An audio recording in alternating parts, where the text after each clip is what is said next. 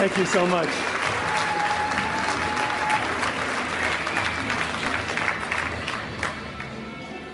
It's fantastic to be here with you this morning. How's everybody feeling?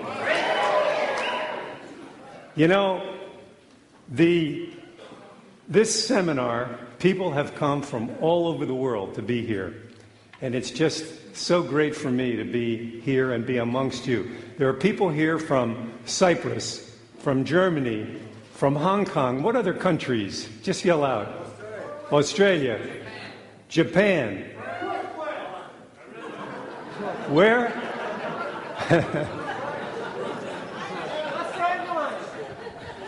Well, I just want you to know something to set the tone for this morning's presentation. And by the way, let me be the first to wish you a happy Valentine's Day, which is coming up this Friday.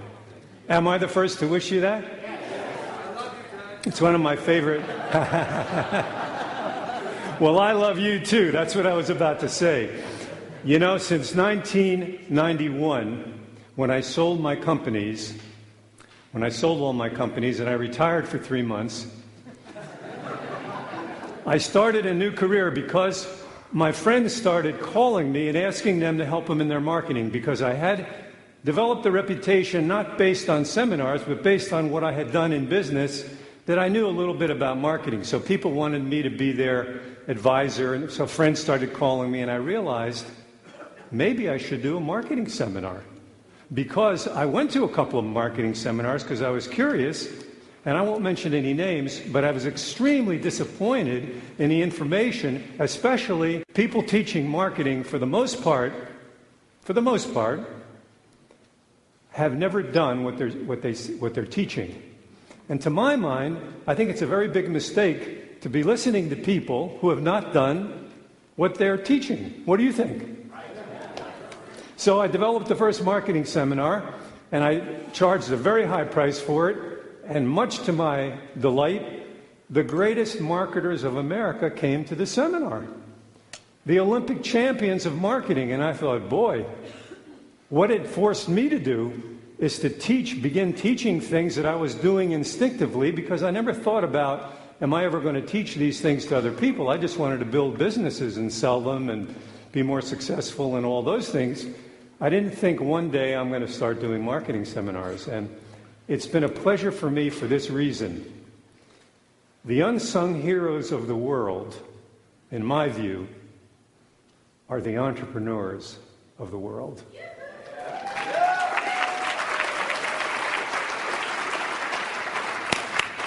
You carry the world on your shoulders, because everyone, from well-meaning friends and relatives and the government and the media and movies, are putting down entrepreneurship. Isn't that true?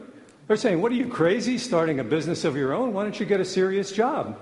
You ever hear that?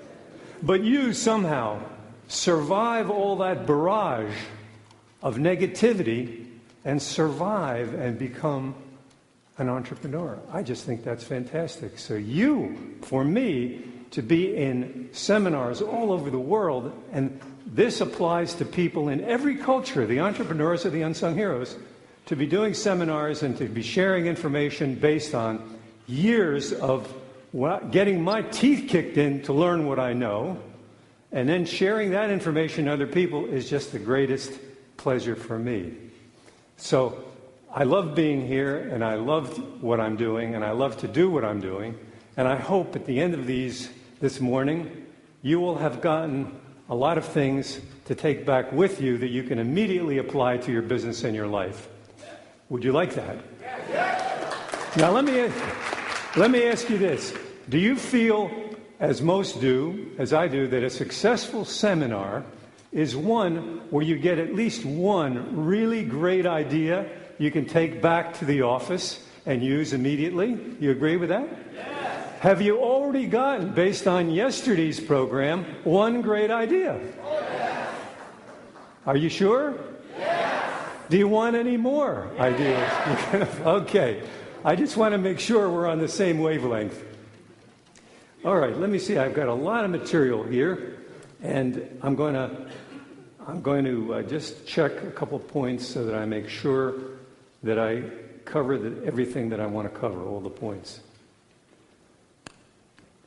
You know, before I get into the depth of the material, did you notice, did anybody identify the song that was being played from Rocky?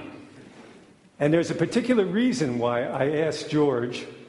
By the way, George follows me all over the world. He's the best sound audio man that I ever worked with, and I recommended him to Mark. I hope you like the kind of work he's doing. Thanks, George.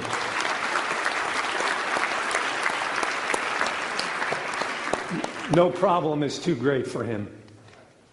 But there's a particular reason for that music, not only to help set the mood for this morning, but because Sylvester Stallone, in my view, contrary to his public image, is the best entrepreneur in Hollywood. Because he discovered in the Rocky series, which, as I'm sure you know, he wrote and acted in, a principle that applies to all human beings. Because you see, we're all fighters, aren't we? We're all fighting every day for survival, are we not? And the ones that are fighting the most and winning the most battles are entrepreneurs. And I thought, what a terrific. I saw him interviewed recently, and contrary to my understanding of his work, what an intelligent person, because he knew exactly what he was doing from a psychological standpoint. In other words, his strategy when he wrote Rocky was the strategy of a successful marketer. And so I thought that would be appropriate music because it sets the tone and because of the kind of person that he is and the kind of story that it's based on. And don't you love stories where individuals conquer against great odds? And isn't that what entrepreneurship is all about? Conquering against great odds. That turns me on. And to play, doesn't it turn you on? And to think of all the years since I've been doing these seminars all over the world, hundreds of seminars, some of the greatest people that have come to them are sitting there taking the most notes. One of the things that I was pleasantly, not exactly surprised, but I was gratified to see, the most successful people take the most notes. I see these multimillionaires coming to the seminars and they're filling up books with notes, and I say, what are you doing? Why are you taking so many notes? You got all these coming in. Because I'm looking for one great idea. They're looking to sift through their notes and find great ideas to put in their Now, people that are not all that successful, that are not sure, am I in the right place? Am I in the right seminar? Maybe they're not taking so many notes, and that's okay because they may not be ready at that point for the information. So to see these successful people just like sponges bringing in this information, and it's great. Well, some of the people, I was just thinking this morning, you know, the greatest thing about my role as a seminar speaker or seminar giver around the world is that to hear the stories of success from the people that I've helped along the way. Now, their success does not belong to me. I don't deserve the credit for someone else's success. The person that took the action on the information that I shared deserves all the credit. So I by no means want to take credit for someone else's success. But when people tell me what they're doing with information to help enhance what they're already doing, turns me on. People like Vic Conant from Nightingale Conant, the biggest personal development marketer in the United States and in England. They use my material and material from my books in their offices. They don't do a direct mail program unless they have their employees check the principles that I teach in my books, for example. Bill Bonner from Agora Publishing. Anybody on their mailing list, Agora? If you're not, you ought to get on it. You can just ask to be put on it. Agora Publishing is all over the world, about $200 million company, and his company is a big user of my material. In fact, I do, from time to time, in-house seminars for their staff. Bill Phillips, whose name you may recognize, is the largest seller of vitamins and other things for athletes. And he owns a company called EAS. And I helped him with his book called Body for Life. Anybody have the book, Body for Life? Well, I helped. Yeah, you have the body too. Great. So do I. So, well, when you see fellows like Bill, and I helped him not only structure the marketing of the book, and wrote a lot of marketing materials, but also wrote all the chapter titles for his book. And the book has been on the bestseller list now for almost 2 years, something like 100 and some week, maybe 2.5 years now.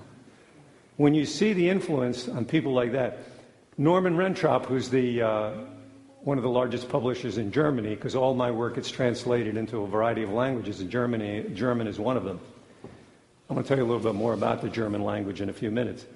Now, in this room, I was thinking, look at the people whose lives I've interacted with. Ford Sakes, who's somewhere in the room. Ford, he's on one of my infomercials. He speaks on the infomercial about the way that the things that he's learned from my teachings have helped him in his business career. And he also told me yesterday he's selling lots of copies of my book through his website and referring a lot of people to Aesop for the books that Aesop publishes, and that's exciting. Don Janal, who the speaker yesterday, came up to me. I just met Don yesterday for the first time, and he told me he's written 5 books. The first he self-published based on my book, How to Publish a Book and Sell 1 million copies. He developed a writing and publishing career as a result of that book, and it's had 4 books published by either McGraw-Hill or Macmillan, one of the major publishers, and he was thanking me for that. And I thought, boy, that's just fantastic, that when you touch people's lives like that. Ed Taylor, last night, you heard him talk about his life changed when we connected at one of my seminars, and I asked him to speak and participate in that seminar. Jeff Groves, who's in the room. Would you stand up, Jeff? Jeff, where are you? With your daughter? Is he here? Or he was here.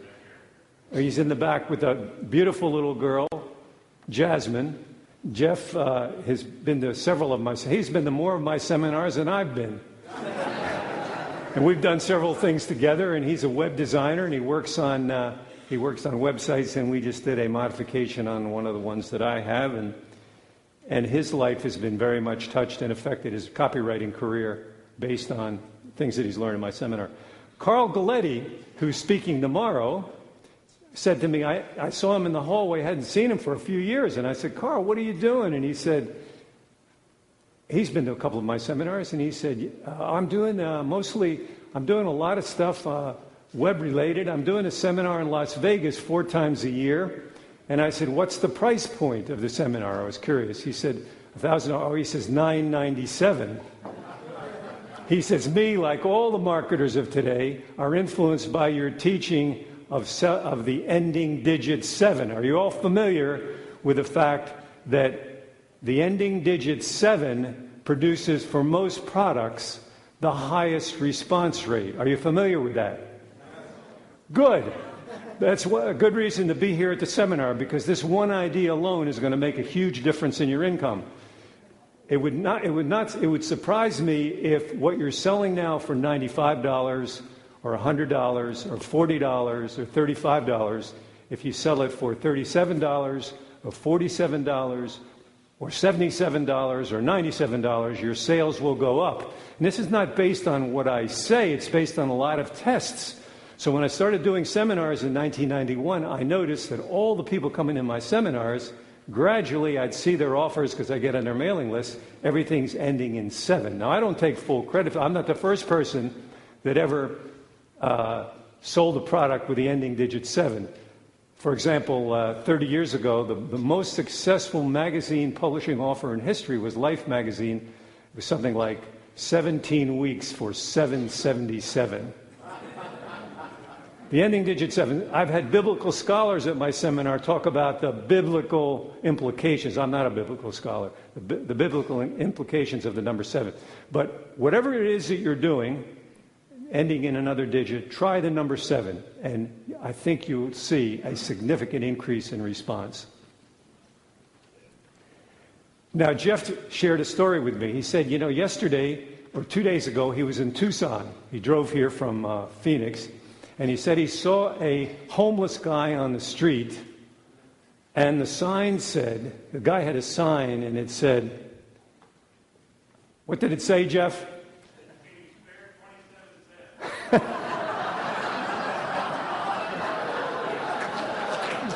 Can you spare 27 cents? You hear that? Now, I don't take credit for that. I got a big charge out of that. Now, there's another person in this room.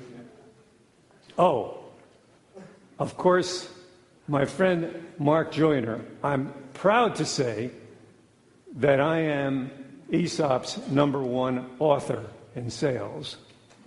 And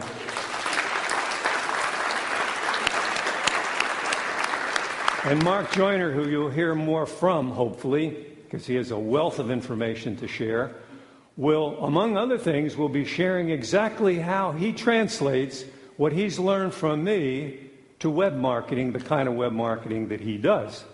And he would be the best person to tell you that, describe that to you than I would. In other words, he can actually show you what I teach about headlines, for example, translates almost exactly to the subject line, for example, because I'm going to get into headlines here momentarily. Another person in this room that is a person that I interact with a lot because he's a person, his name is Dr. Reinhard Hiddich, and he's from Holland. Would you stand up, Dr. Hiddich? Are you here? There he is, Reinhard. Now, Reinhard, by the way, what I'm about to say, I checked with him, and he's perfectly comfortable with what I'm about to say. He came to my seminar in 1997 in Bermuda. He and his wife, Katerina, who's next to him, stand up, Katerina.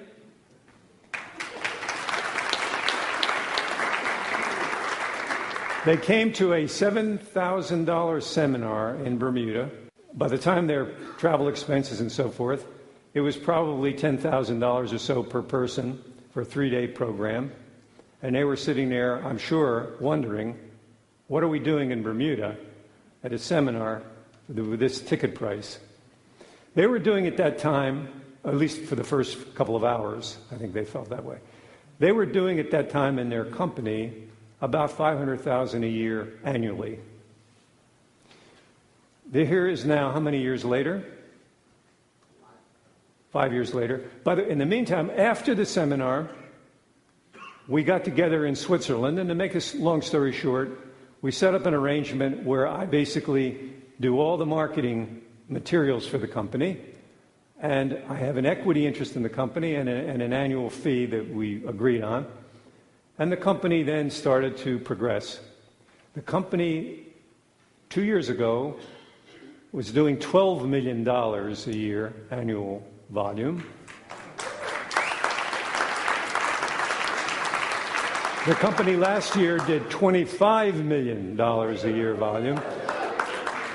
And now, mind you, Germany is in the biggest recession since 30 years, a long time.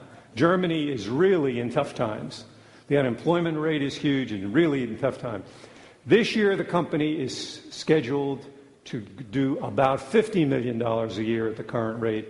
Again, in other words, 100% growth in this tough time period.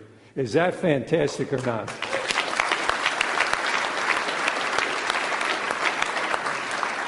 Now, this company's unique selling proposition is living foods, concentrated living foods derived from plants, not animal, derived from plants, that are put in capsule and tablet form and distributed in Germany. 99% of the sales are in Germany. Now, I have here in front of me the Magalog, we call it. It's a catalog of all the products the company has. They only have a couple of copies, but if I were you, I would, during the breaks, talk with Reinhard. He's a really great person, and just take a look at his catalog. You won't be able to read the language unless you speak German, but you'll be able to see the photographs and the way the copy's laid out and the look, the general feel. They have, for example, pictures of the family of Dr. Hiddich and his wife, Katerina, and pictures of people smiling and all the things that I teach about the proper way to have captions under the photos and so forth. Now, what people don't know, the strategy behind, by the way, it took me 2.5 years. You don't mind some tough love, do you, Reinhard? You mind some tough love? He says, yes, I mind. It took me 2.5 years. with my partner, Reinhard, to get him to produce the first Magalog. Because the company's grown so fast, busy with so many things, it took a while to get it all together. But after some urging on my part and some dedicated effort on the part of the staff of Reinhard, including Harry Horn, the marketing director sitting next to Reinhard there on his right, finally the Magalog went out. Well, this Magalog has already produced, I don't know how many millions of dollars in sales in the last year. I would guess 10 million, a lot. I really feel good about that, because the biggest beneficiaries of this company are who? Who? The consumers. They're getting access to the best nutritional supplements in Europe. It's just fantastic. And I'm very proud of my colleague and all his staff, and I'm very pleased that you're here, that you chose to be here. It's fantastic.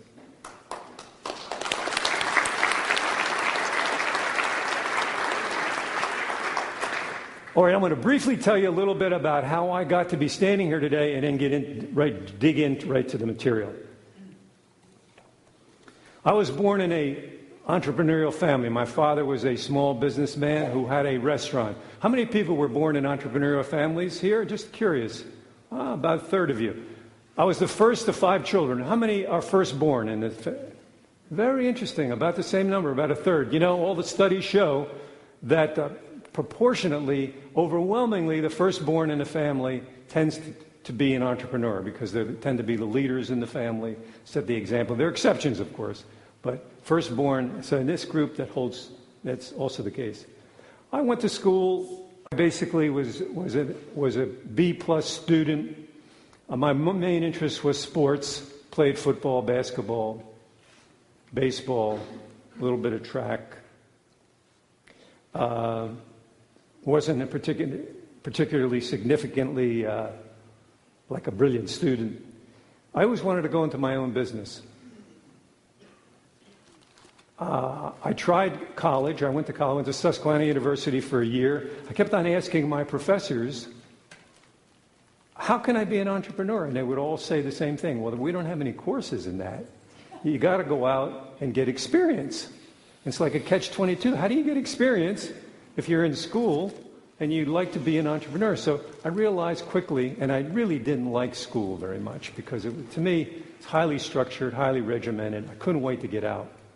So in the meantime, I decided I would just take a couple of years and join the United States Marine Corps, and I did. How many ex-Marines here, by any chance? Any? Oh, there's a few. Welcome. And I had a terrific experience in the Marine Corps. I stayed in the United States, but I was put up one of the few for a meritorious promotion. I worked really hard. I worked in the dispersing office. I had an unusual occupational specialty. But I knew that a military career wasn't for me. I wanted to get out and get off on my own. Finally, at age 21, I started my first company with $800 in savings, $96,000 in debts. I started a company called Peterson's House of Fudge, which was a roadside candy and ice cream parlor operation where you could go see candy and ice cream being made. And it was just a fantastic learning experience for me, putting all this thing together. Young man, people would come in and ask, they wanted to talk with my father, to sell things, but my father had not even seen the company. In other words, so I grew a mustache, tried to look older. I don't have that problem now. And I developed that business, and I remember the first day I opened, I took in $43, and I thought, I can't even pay the interest on the money that I borrowed. With this I've got to promote this business. What am I going to do? So I developed this idea. I thought to myself, 40,000 cars were passing in this location where the businesses were located. I got to stop these cars. Now, what stops men the most? Women, attractive women. Men seem to me to be excited by two things primarily: women and cars. And not necessarily in that order. So I was reading the paper, and I saw in the paper that there was a young woman who had just won a roller skating contest, very attractive woman, and the skating rink was a couple of miles away from where my business was. And I went down and met her. She was practicing hours a day for this national competition. And I told her, "Hi, my name is Ted Nicholas. I just started this business down here. And what I would like to do, you're very attractive, and I don't mean any disrespect. Could you do something? Consider doing something. I'd like to do this promotion in front of the building where we dress you in a tasteful but brief chef's outfit. And you'll be stirring this large copper kettle, and we'll see if that has an impact on the cars going by." So we put her out there. 4 days later, one of my two employees sewed this red and white outfit. She was standing there staring, and I mean, we had a traffic jam out there in front of the place. The people stopped. The newspaper came out and did an article. There's this guy that opened up this homemade ice cream and candy shop, and they have this woman out there. I tried to get an elephant. I remember going around because my first idea was have her sit in an elephant. But I don't know, in Wilmington, Delaware, where I was at the time, it's pretty hard to get an elephant. There just weren't any elephants around. So the platform was the second bit. So it just started like mushrooming from there. The business almost immediately went into the black. Within a few years, I had 30 candy and ice cream parlors. By age 29, I was invited to the White House as one of the outstanding young businessmen of the nation.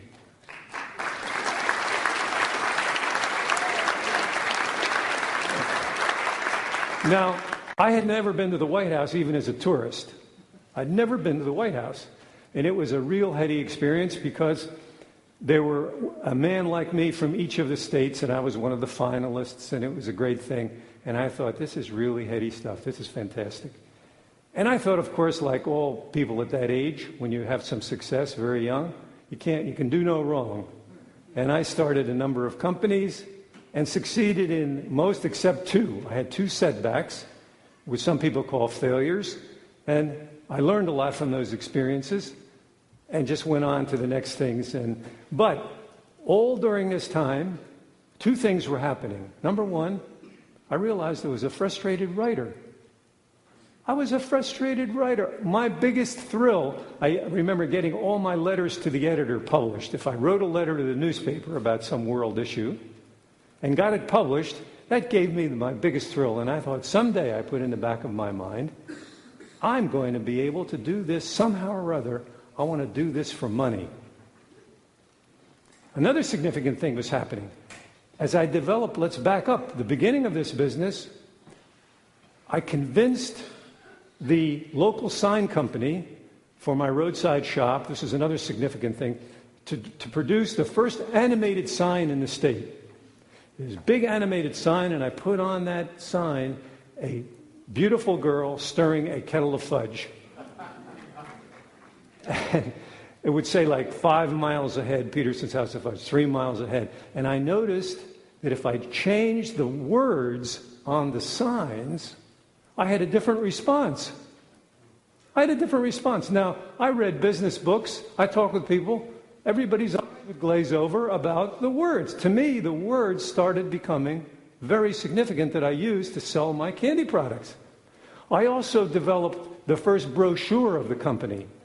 And I would publish the brochure like 4 times a year, and I noticed the way I would describe our products had a tremendous impact on sales. And I noticed other people in the confectionery business, I would go to trade shows, I would talk with them, their eyes would glaze over when I would talk about marketing their products. Now, don't get me wrong, you have to have a great product to sell anything to anybody, don't you? But the biggest problem is not creating the great product. There are a lot of people that have a good product and a few people that have a great product. But the difference is what? Is how they're marketed. And I realized I've got to focus my attention on marketing. This is the whole key. And the better I got at marketing and the better I got at brochures and sending them out, the more successful the business was. So in the meantime, I had set up all these companies, and I was paying my lawyer to set up each company between $800 and $1,600 to set up these corporations. Each one was incorporated separately. And I noticed my lawyer's secretary was doing all the work. And he was sending me bills for these big bucks, which I didn't appreciate at all. I don't mind lawyers charging for a fee that they earn, but I don't like it when they charge a fee that the secretary is filling out forms. And I thought, if I set up a book that would help entrepreneurs do this on their own, it might sell. Sound like a good idea? So I put the book together, and I went to 9 publishers, and here's what they did when they read the book.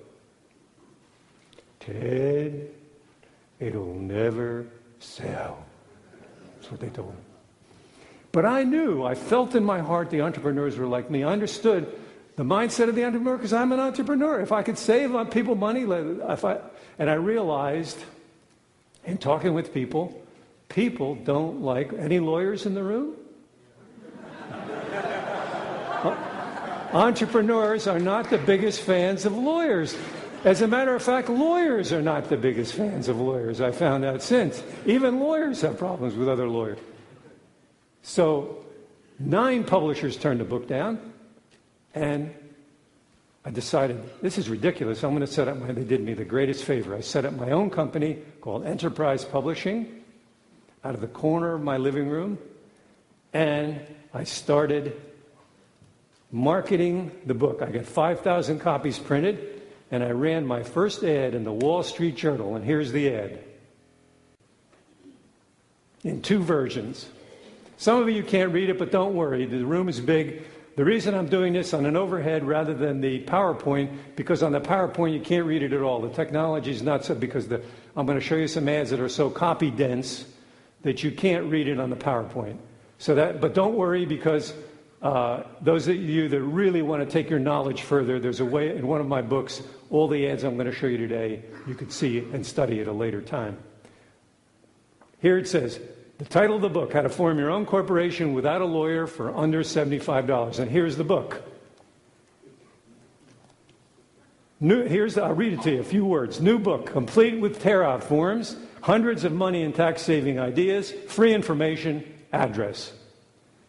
So I get back about 350 replies. I send them out. I write my first sales letter, and I get back hundreds of dollars, something like $600 in orders, and it cost me $90 for the ad. I thought, this is fantastic. All I've got to do is run this ad in every newspaper and magazine in America that appeals to entrepreneurs. Does that make sense? Because if I can spend $90 and get back $500, how can I lose? And if the ones that I don't pull enough orders in, I'll stop those ads. So I started running ads and more ads. And the mail starts pouring in. I'm operating out of my house. And the postman's coming every day with a bag full of mail to my house. And every day I would see him. I was so hardened, I'd see him trudging along, coming with these bags full of mail. And every time I saw him, my heart just warmed my heart. But the postman didn't know what was going on here. What's going on out of this house running this publishing operation? Well, the next thing I did, I started running larger and larger ads, and I noticed the larger ad that I wrote, the more responses per dollar invested. So I finally bit the bullet and ran my first full-page ad. This is about 6 months later, and here it is, the first one. And this ad started running, and my God, the orders started flooding in. Within about another couple of months, I was taking in something like $200,000 in cash for a cost of about $50,000 a month. And I mean, you talk about hooked. I was totally hooked. What a business. You're getting the money before you deliver the product. Is that exciting? You want a good business, get the cash before you deliver the product. That's one of the things you can do with a good direct marketing business, a business you can operate out of your house, a business you can operate and promote it in various ways that we'll get into. And this was fantastic. But at the same time, when I developed this publishing operation, in the book, I had to put a company to help the people that read the book set up companies because they needed what's called a registered agent in the state of Delaware. When you set up a Delaware, this book focuses on Delaware corporations because the laws are better there than any other states for a lot of reasons. How many people are incorporated here, by the way? How many people think they should be incorporated? Raise your hand. How many people are planning to incorporate? Good. One of the gentlemen, just before I spoke, he came up and handed me this card. He said, I want to thank you. I said, for what for? He said, his name is Robert Norton. He said, 20-some years ago, I set up my first company through your book, through the Company Corporation, which was the company that I formed. And since then, I've formed all kinds of companies. Thank you very much. I said, thank you for mentioning it. Do you mind if I mention it in the presentation? He said, no. So those of you, I don't own the company anymore. I sold it in 1991. I was their marketing consultant for many years. Now it's been resold. But the company still does a great job using all the principles. By the way, using all the copy that I wrote at that time. They're using 80% of what I did years ago in order to keep the business going. But basically, that business became the largest incorporating company in America, the largest in the world. When I sold in 1991, I had 125,000 people paying me $100, something like $100 a year forever for the registered agent fee.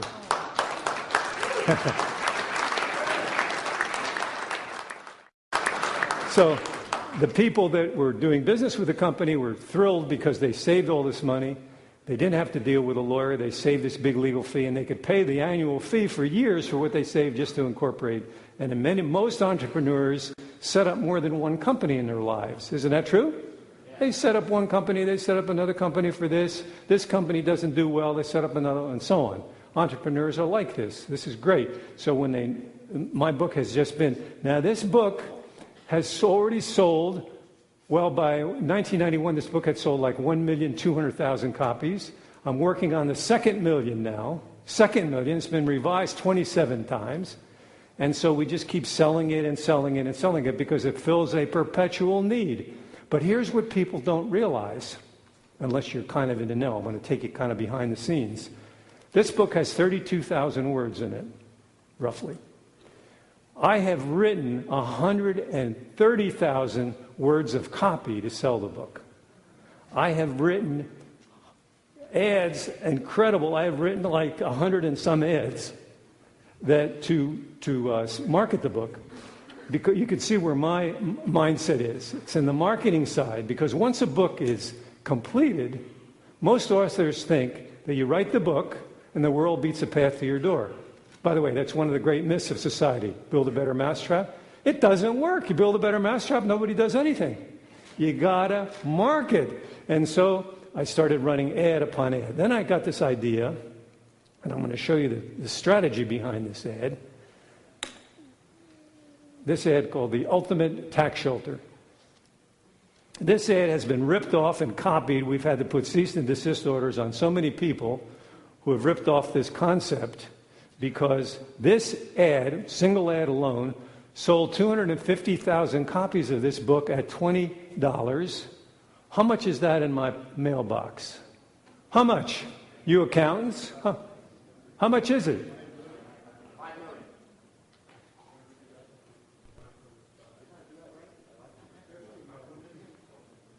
$5 million. $5 million in cash in my mailbox. Is that a pretty good return for one ad? And now I say all these things. I say all these things not to impress you. I say all these things because you can do the same thing, and even better, because I didn't have anyone standing in front of me when I began sharing how they did what they did. I wish I did have.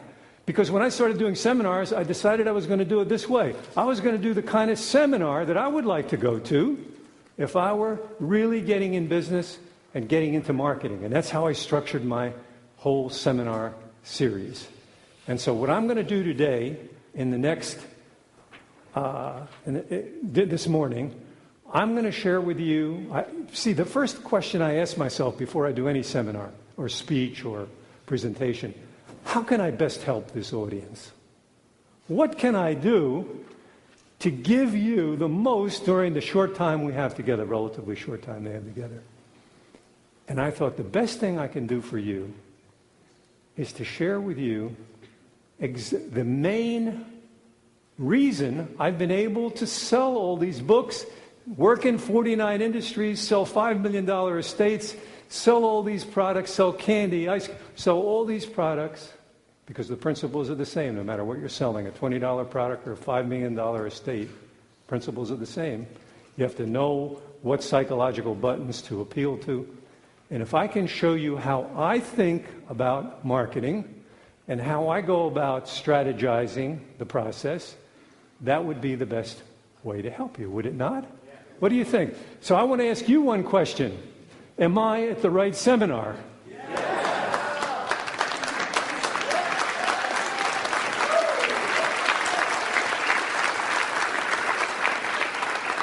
Well, fantastic. On a personal level, I also wanted to, a lot of people, the individual, the woman that I've shared the last 15 years of my life, the love of my life, is Bethany. She's in the audience. Would you please stand up, Bethany?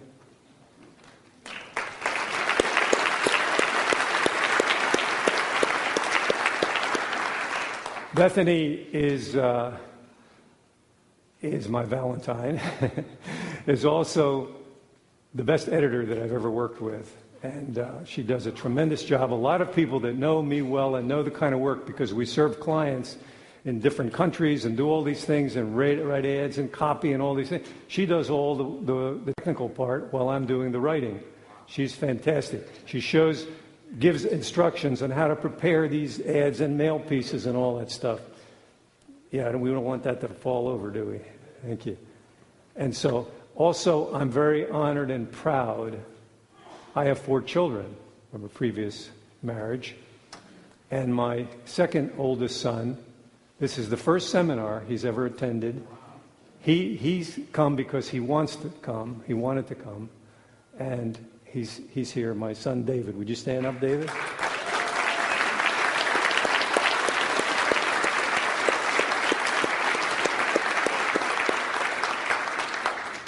Now, our lifestyle, me and Bethany, and Dave has a chance to share it with us and the other children. We live in Switzerland when we're not traveling for business during the summer, and we now live in Cyprus during the winter when we're not traveling. And you know where Cyprus is? Does everybody know where Cyprus is? Some do. So it's in the Mediterranean island. It's a great place. And with the internet and with all with the fax and mail and all the other ways of communicating, we're able to do the kind of work and work with all these people around the world from both places. And it's a tremendous lifestyle. We wake up in the morning when we're in Switzerland and we look out at the crystal lake of Geneva from our window. The French Alps are off in the distance, snow-clad all year round. And I just feel like a person that's very blessed, because the lifestyle that I lead is one that I dreamed of when I was a kid, to be debt-free, to get up in the morning, to be able to work or not work as I choose, not to have to do anything, to work at seminars, to do seminars or not do seminars as I please, to speak at seminars that I want to speak at and not speak at seminars that I don't want to speak at. Now, I turn down a lot of seminars for a variety of reasons. I don't want to be associated with certain people and all of this. And it's a great thing. And I think the best thing about success is the ability to choose what to do with your life, what to do with every day of your life. And it's a great feeling to get up in the morning, and I can tell you this, when I got up this morning thinking about it, preparing my thoughts for today, it's a great feeling to know that I wouldn't want to be anywhere else in the world right now, this moment, and to be right here with you.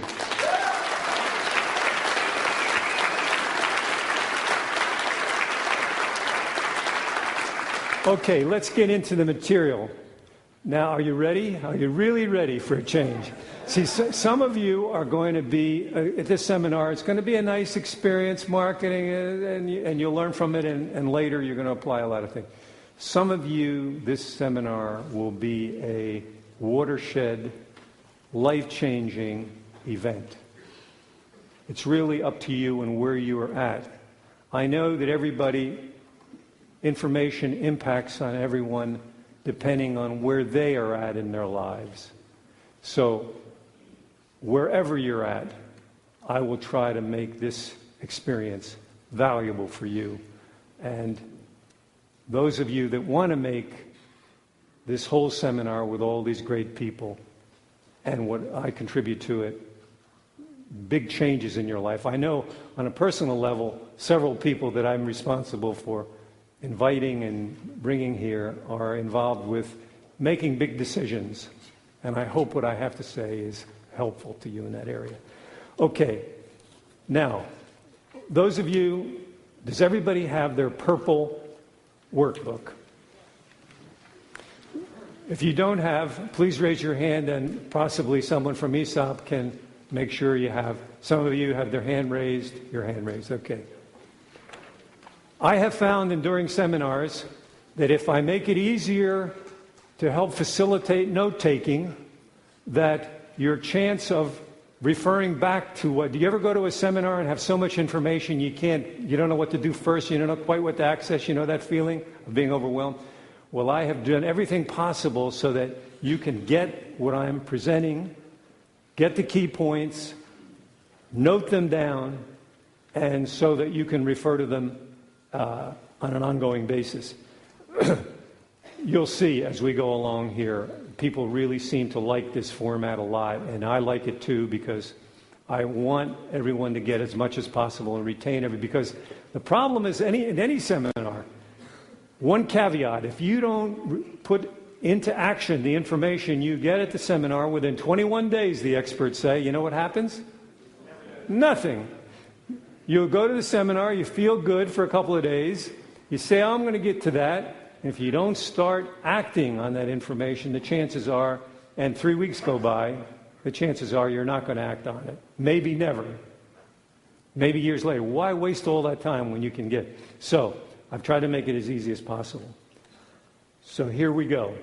I'm going to do two things with this material. Number one, I'm going to share with you the main things on 11 different points about surviving in tough times, the theme of this seminar. See, I think I like Andrew Grove's book, who wrote, from Intel, who wrote a book called Only the Paranoid Survive. I love the title because I think it's good to be a little bit paranoid all the time, don't you? Because a lot of things are going to happen in your life and in your business that you're not going to be prepared for. So I like that title, and I like the title of this seminar because it's better to be prepared for tough times because all times are tough. And during tough times, in my view, there tend to be more opportunities. We'll get into that. Than during other times. There's simply less people competing at that point. Okay. Now, if you'll turn to the first page, number one, a few what can change your life? A few magic words can change your life. How many people believe that? Raise your hand. A book that I highly recommend is a book that I just read a couple of months ago, written by Marlo Thomas, the daughter of Danny Thomas, the entertainer, and the book is called The Right Words at the Right Time. And the book talks about how words that you hear at certain points in your life can and do change your life. Hearing those words at the right time. The right words can make you laugh, or make you cry, or make you buy, or march for peace, or go to war, or build a cathedral, or build a skyscraper. The right words at the right time. And I know I can think of, I'm sure as all of you can, the words that have influenced you. At larger seminars, longer seminars, we can do a lot of exercises about sharing words that have had impact on you. For example, in Marlo Thomas's life, her father, the words that influenced her life the most were her father. She kept on asking him when she was 17, 18 years old, "Daddy, what should I do with my life?" As many teenagers will ask. And her father said to her, "Honey, you got to run your own race. What works for me is not going to work for you. You got to run your own race." And for her 18th birthday, he gave her a set of horse blinders so that she would always have those blinders when she thought about that question, so that she focused on what she wanted to do and went ahead and did it.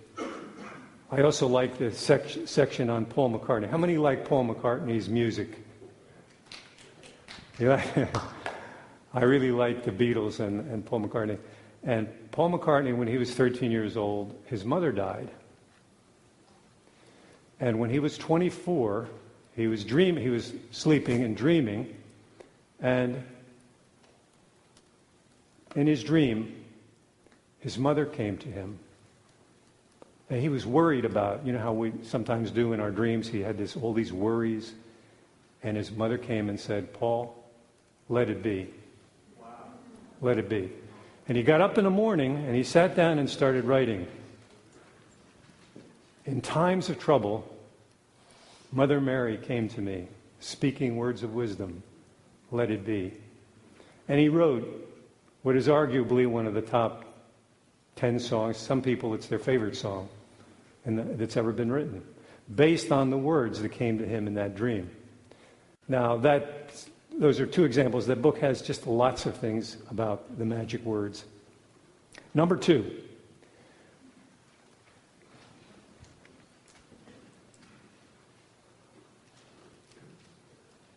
Words, not numbers, are the true currency of business. Words, not numbers, are the true currency of business. It's all about words. The numbers, yeah, you can keep score with the numbers, but if you don't have the words driving that business, communicating about that business, communicating internally, communicating externally, you don't have a business.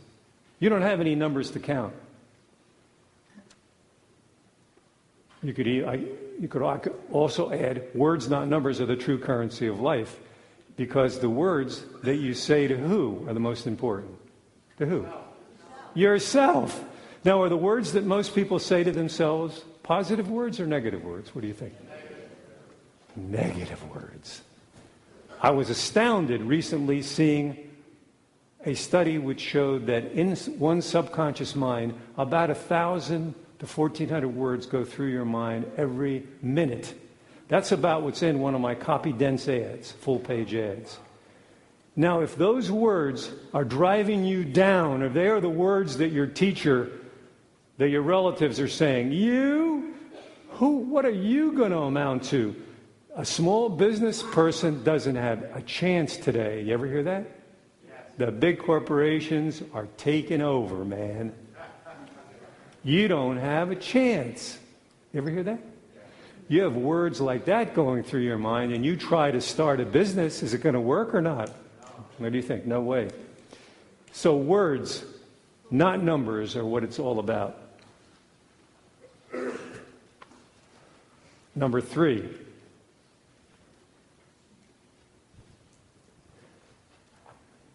Now is the best. With all the problems in the world, I would be surprised if anyone in the room would rather be alive at any other time in history than now. Is that true? I mean, it's a great time to be alive now, in spite of the problems in the world, that hopefully a lot of them or most of them will soon be resolved. Within 10 years, the experts say, new health breakthroughs will make possible a lifespan of 120 years, an average lifespan. Now, I don't know about you, but God willing, I want to be one of those people. And when I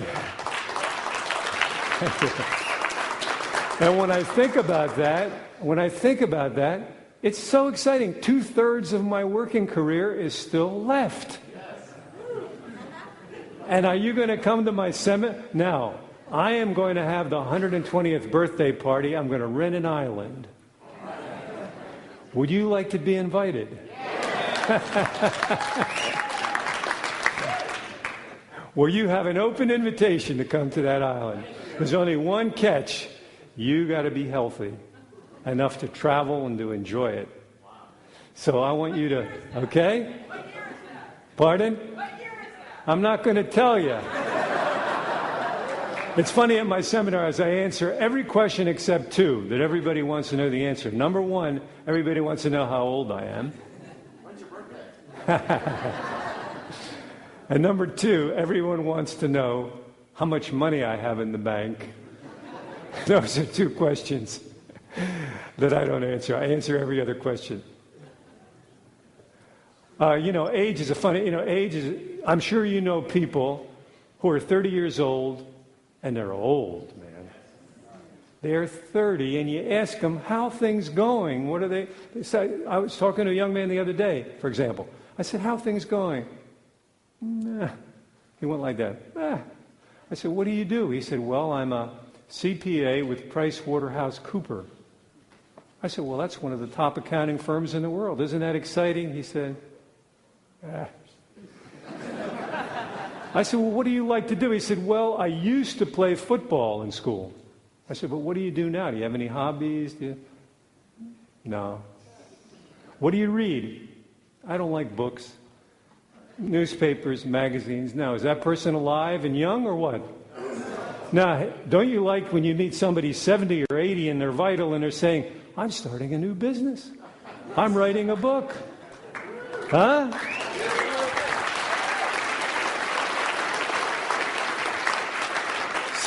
So never retire. Now, this is not a seminar about health, but how can you talk about tough times without it? I don't see how. Now, the simplest and healthiest diet is mostly fresh vegetables, fruit, low meat, low carbs. Nothing revolutionary there. We all know that deep down, don't we? We all know that. And there's a lot of good books. Two of them that I recommend, two authors. One of them vilified, and I think one of the great heroes of the diet revolution in the United States, is Atkins' books. And Atkins for Life, his new book, has a lot of great ideas in it. And also the cookbooks done by Suzanne Summers are excellent, tasty dishes that are low in calorie, that are very helpful. Now, why is it that we should be worried about things like diet and health? Well, I'll get to that in a minute. A couple of other things I want to say. The number one thing you can do for yourself, especially in tough times, is to take care of your health. No one talks about how can you be in tough times and have all the problems to solve and solving these different things and not have the health that enables you to do it. Is it possible? No way, it's not possible. Plus, all marketing, all sales, all business opportunities that are successfully done only occur in the atmosphere of vitality and energy. Vitality and energy. Whether I'm talking with you about this product that's fantastic and can convey that energy and vitality to you verbally, personally, or I'm writing to you, I'm sending you an email or sales letter in the mail or in an ad, if that doesn't communicate, do people act on their emotions or their logic? What do you think? Emotions. Nobody acts in their life. In school, they tell you you deal with the left brain and you do all these things, and whatever you do, whatever you write, whatever you communicate is so boring, nobody wants to read it. People ask me, Ted, how long should a letter be? And I say, there's no specific length. But a 2-sentence letter that's boring, the way they taught you in school, you remember? I have yours of September 11th. You remember? You got A's in English with this letter? Do you think anybody's interested that you have theirs of September 11th? They want you to get right to the point and right to the benefits that they're going to get from you in the letter. In other words, they want to know what I'm going to teach you about writing and communicating. So a letter is as long as it needs to be to get the job done. A letter can be 8 pages, 16 pages. I find all things being equal, 16 pages is better than 8 pages. 8 pages is better than 4 pages. 24 pages is better than 18 pages. One of my seminar attendees, his name is Jeff Paul. His control letter is 56 pages. His market are certified financial planners who want to change their careers and stop buying the propaganda that Metropolitan Life and Prudential Life is sending them that doesn't work, and they want to know how to be successful entrepreneurs. That's what Jeff does, shows them how, and that sales letter sells about a $700 ticket. A letter can never be too long if it's relevant to the person reading it. To me, I think of it this way. If you were, God forbid anything should happen to your mate, your boyfriend, your girlfriend, your wife or husband, and you were looking for a new mate, and you ran an ad that said, basically, I'd like to meet a new mate and with certain characteristics that I'm interested in. Please send a detailed letter about yourself. And you got a letter, and the letter said, hi, my name is Trixie, and I'd sure like to meet you for dinner. Would you rather have that, or would you rather have a letter that talks about, if you're a man, from Trixie, talking about her values and her religious beliefs and her philosophy and what she likes to do in her spare time and her hobbies and what she reads and the movie that she likes best this past year? Don't you want details? Well, people that are interested in your kind of product or service, they want details. They want specifics that are appealing to their emotions. And that's how I think of it. How can I make my answer complete and exciting? How can I make it complete and emotional? And I'm going to show you specific ways to do that.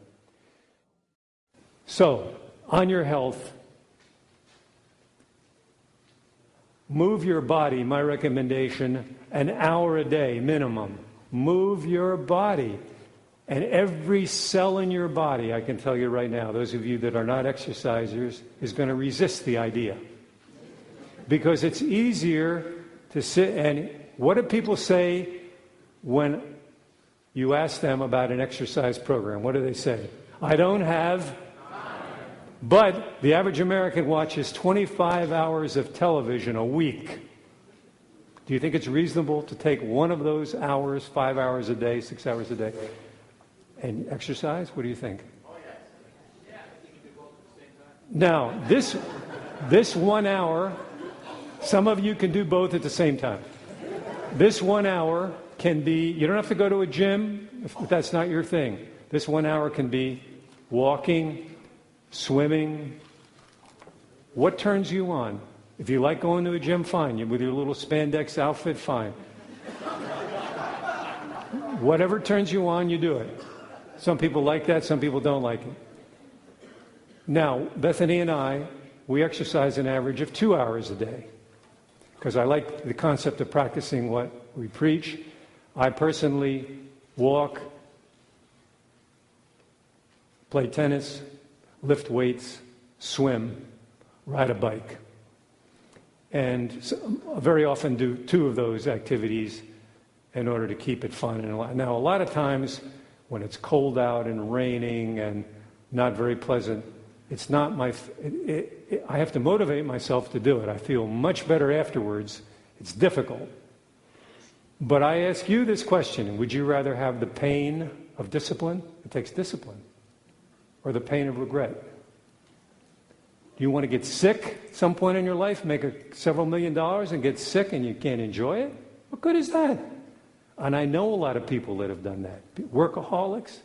I don't like workaholism. You have to work, yes, but you let your health go, it's a disaster. My friend Andreas here in the 3rd row from Cyprus. Here's a gentleman that just kills me. He probably, I hate to admit it, but he probably most of the time could beat me in tennis. I don't know. But he's also the Cyprus champion skier. He's a great athlete. He was a basketball player. Look at his son, how tall they both are. A great basketball player.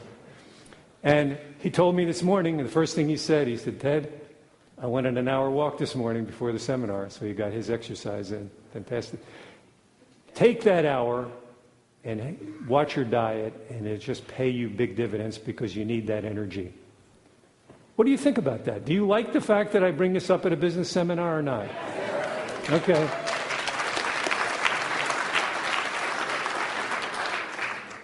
The unsung hero of exercise is walking.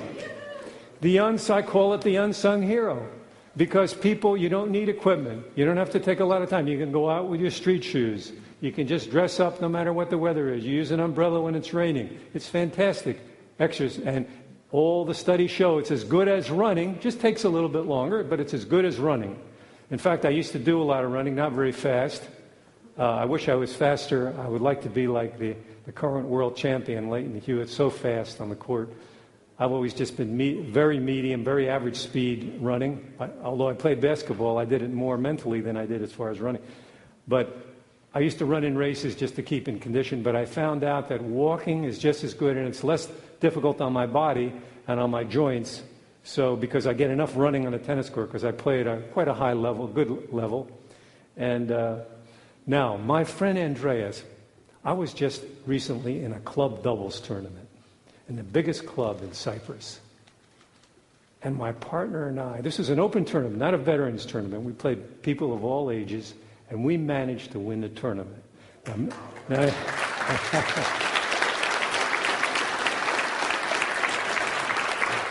Andreas, we didn't play his team. He lost in an earlier round. We didn't get to play his team. It would have been fun. But we played another mutual friend during that experience. I say that to you. I share that with you. How many tennis players in the room, by the way? Oh, quite a few. Good. Maybe we'll have to play some. You can all beat me sometime. We'll play at my birthday party. How's that? Okay. All right, now let's get into the business stuff. Number 8. The number one issue in every company, any company, is acquiring new customers or developing the loyalty of existing customers. You agree with that? Yes. That's the number one issue. That's what we're going to focus on here this morning. The very first thing you must do to sell any product or service is what? Very first thing. The very first thing you do, you must get the prospect's attention. You got to get the person's attention. Whether you're selling on the internet, in a space ad, on a billboard, on radio, on television, whatever media that you're using or combination thereof, you've got to get the person's attention. And the way you get a person's attention is how? With a headline.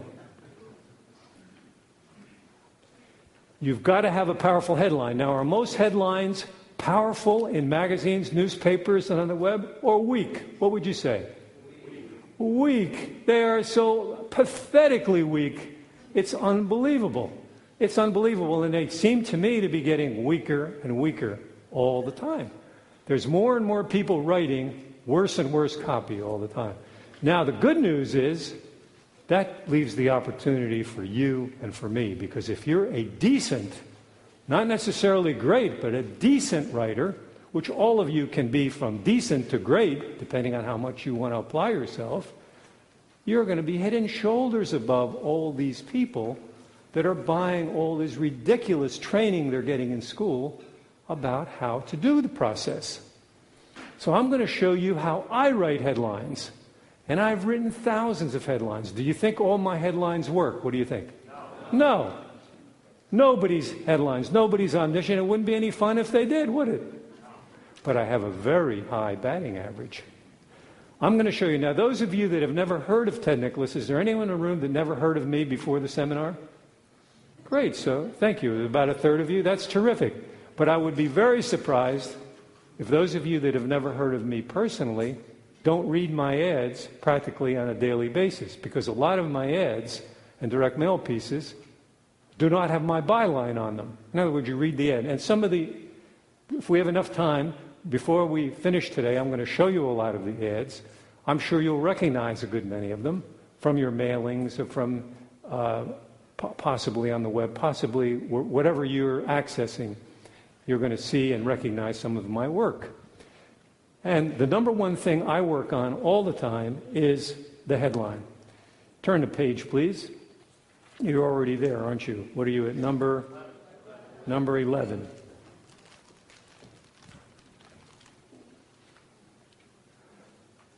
Five times as many people read the headline as the body copy. 5 times as many people. So do you think it's a good thing to spend time on? It makes sense, therefore, number 12, to spend the majority of your time creating headlines. Now, I would like you to think about, and tonight, think about some headline concepts after this morning is over, because you'll have a lot of fuel, a lot of material to digest.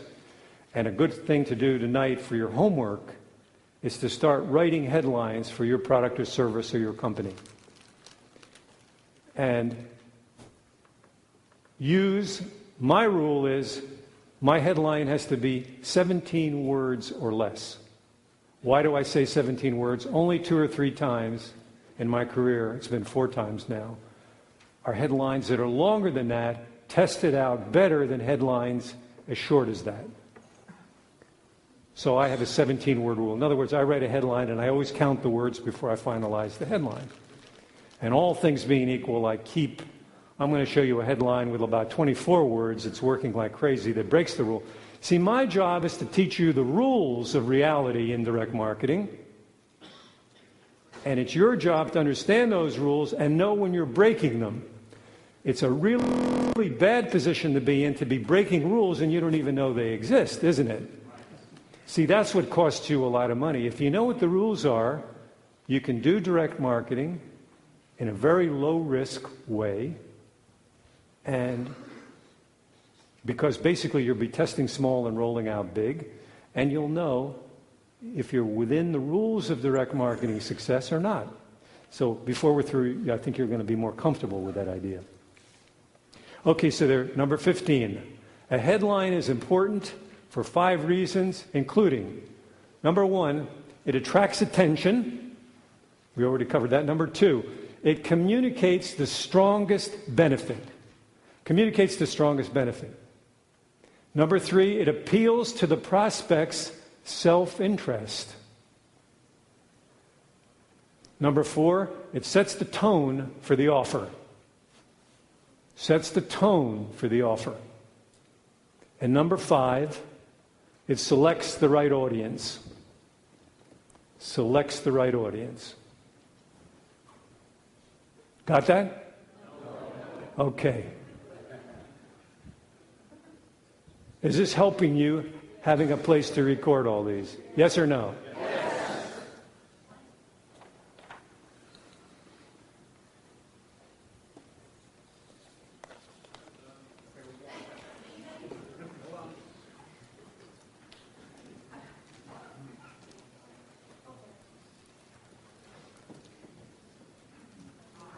Number 14, a good headline usually answers the question, what? What's in it for me? Some people call that WIFM, the radio in the sky, the radio station in the sky. What's in it for me? The worst kind of headlines is what you see a lot, are what I call me headlines. They're headlines that IBM has their advertising agency write. You know, we have been in business 123 years. Is that attention getting or not? No. Who cares? What you want to know is, for example, the latest computer will help you solve today's most pressing business problems, for example. I mean, you want a benefit that's going to translate to you what you're going to get out of it. The easiest to use computer in the world. The computer for computer idiots. That, these kind of me involving headlines, not you involving headlines.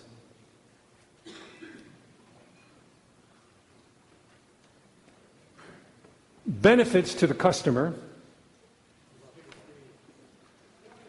Did we skip? Oh, you don't want to know the 27 most powerful headline words, do you? Let's skip that because that takes a little time, okay?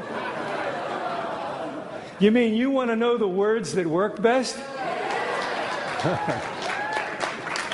I can't hear you. All right. Here we go. Here we go. No. Here they are, announcing the most important seminar in the last 10 years in the United States. Announcing. Number 2, secrets of successful marketers in tough times. Number 3, new marketing breakthrough boosts sales. Number 4, now is the time for you to change what's not working in your life. Now is the time. Number 5, amazing new book shows you guerrilla tactics in marketing. Number 6, facts F-A-C-T-S, facts you should know about marketing in tough times.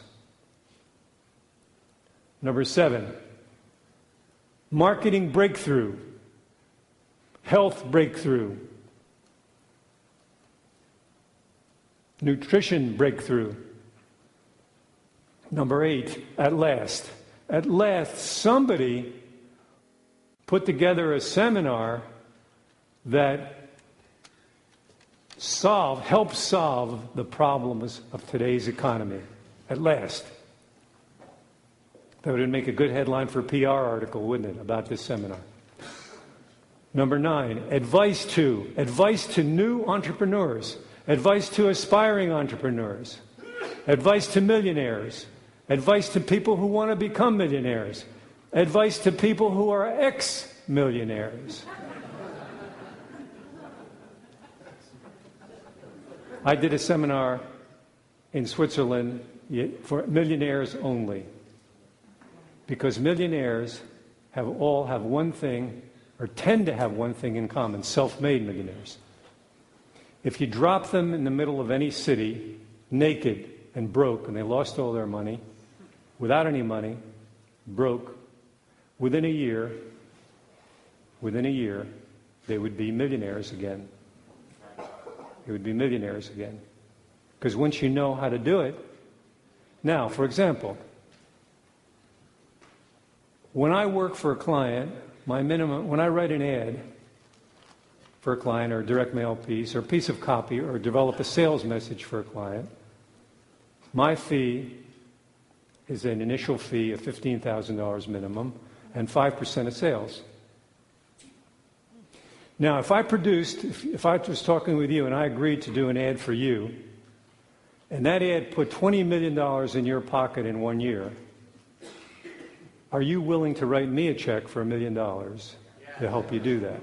Yes or no? Yes. See how it's not difficult if you get somebody, if you have that skill. So what's the most important skill you could ever have? What is it? Copy and marketing. Because you can lose your money. You can have your money stolen. The economy can go down. The country can be invaded. The U.S. won't. But I mean, small countries like in Europe can have problems, revolutions. All kinds of things can happen in the world that we can't anticipate. You may have to move somewhere else. You can you can have a partner that steals all your money. You can have somebody rob you of your money. But if you have the knowledge and the skills. So what's your most important investment you could ever make? What do you think it is? In your knowledge. In your knowledge. And what's the best way to acquire knowledge? What do you think it is?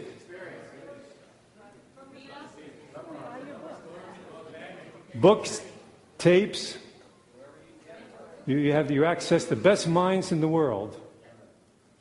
Books, tapes, and seminars. You should go to 8 to 12 seminars a year, every one of you.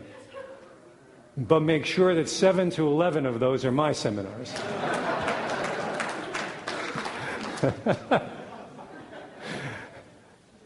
No, I'm only kidding. But you want to access, one caveat, you want to make sure that the masters of success, the masters of their profession that are doing what they're teaching you are doing it every day, that they're doing it every day, that they're the ones that you're listening to.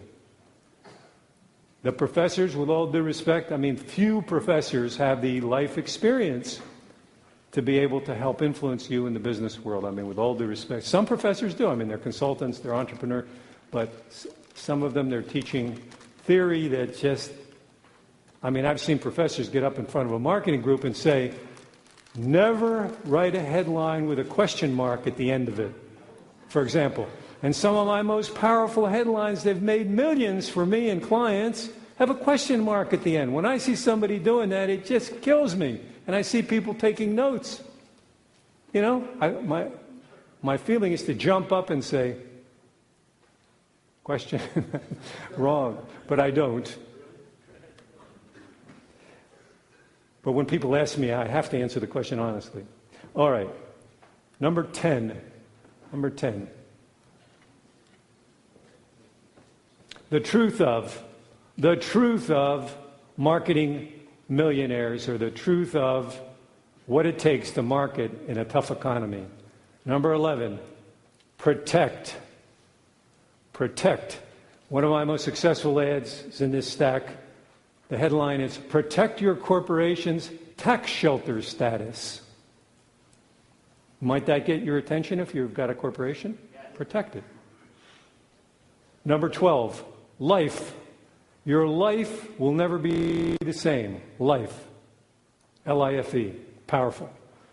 Number 13, here is some help with your current marketing problem. Here. H-E-R-E. Number 14, discover. Discover the best new ways to position your company and its products. Number 15, do you. I always think of the classic headline that I did not write. It was written about 60 years ago. Do you make these mistakes in English? Started a whole company teaching English, the English language. Now, if you read that, especially if you're new to the country, you're going to read the rest of the copy, aren't you? Do you make these mistakes? Because people don't want to make mistakes. Even if they live in the country, they don't want to make mistakes, right? Number 16, bargains. Bargain. Here's one of many ads I brought.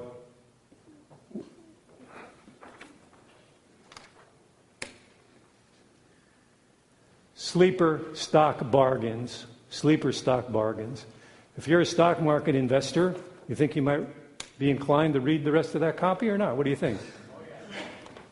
Bargains is the latest designer clothes at bargain prices. Might you read that? What do you think? You like buying designer clothes, bargain prices? So do I.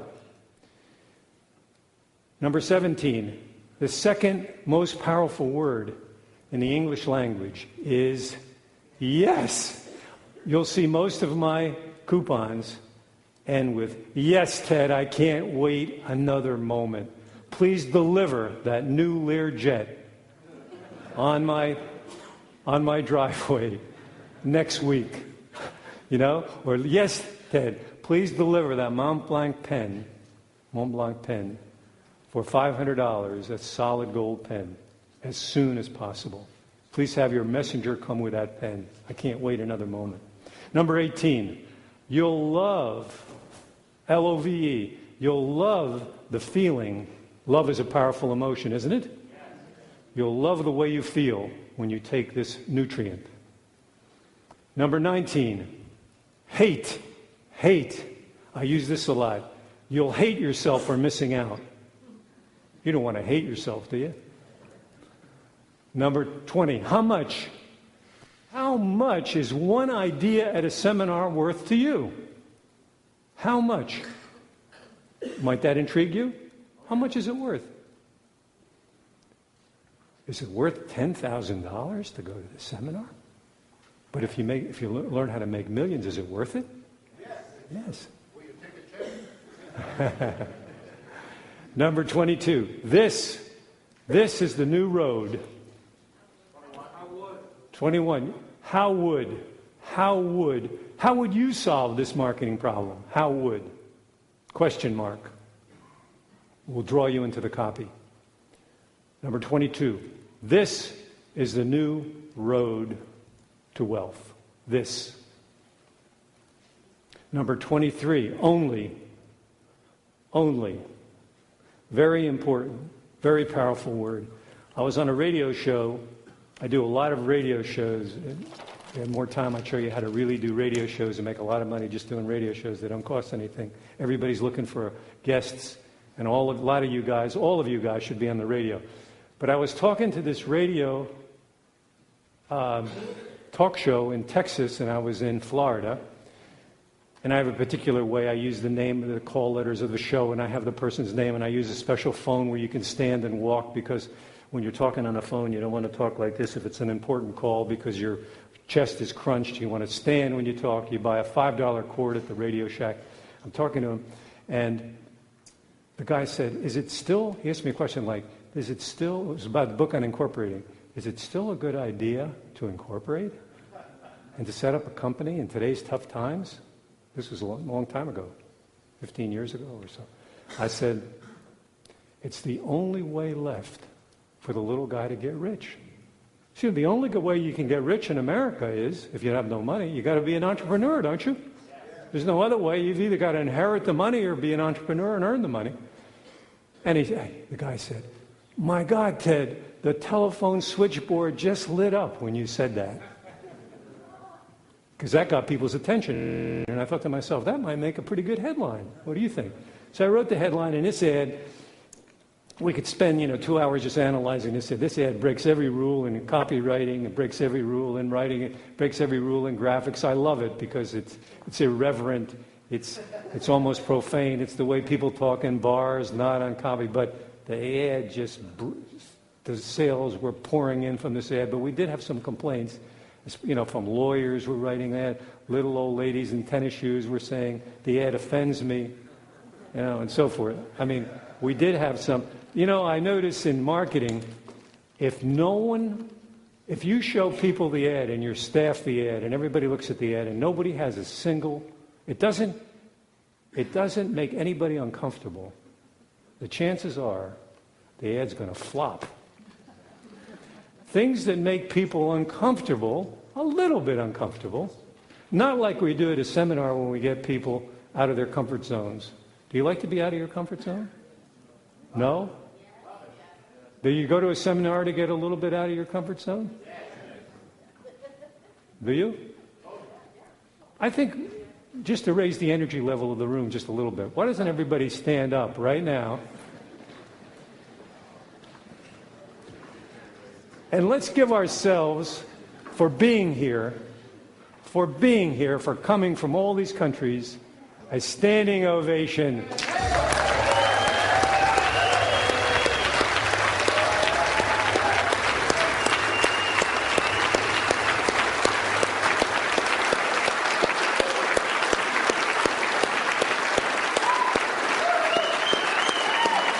How about it?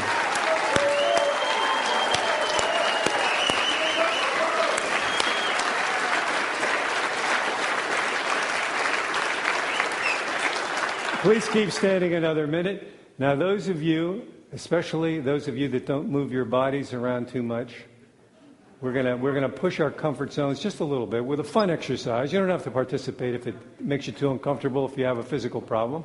Let's turn on some music and let's dance a little bit.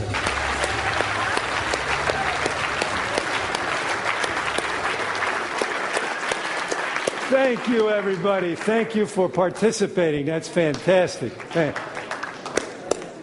Thank you, George, for getting that music. Okay, let's continue. All right. 23 is only. 24, sale. 50% off sale.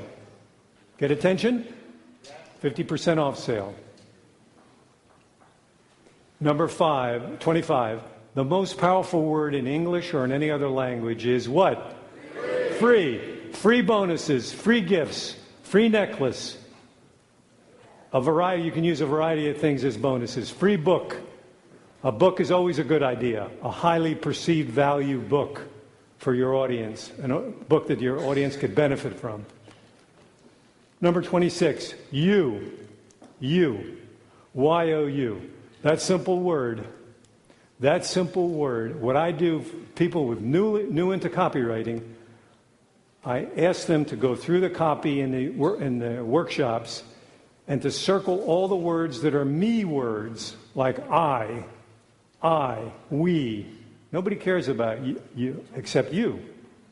When somebody's reading your copy, they care about them. What's in it for me, remember?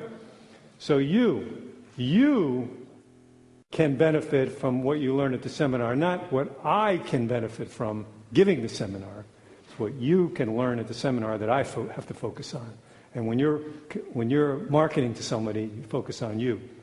And number 27, when everything else stops working or doesn't work and you're looking for something, the safest words are how to be more successful with your internet marketing. I mean, it's so powerful and so simple. You know, there are 7,000 words right now as I speak in bookstores that start with the words how to. Why do you think? What do you think? It works. It works. It's a tremendous formula that works. So keep that in mind as you're developing headlines. When you do your homework tonight, how to may be something to really rely on. Okay, number 16. We're getting into the juicy stuff here. Benefits to the customer are the real sales hot buttons for your products, for your services. Benefits have to answer the question, what? So what? Benefits have to answer the so what question.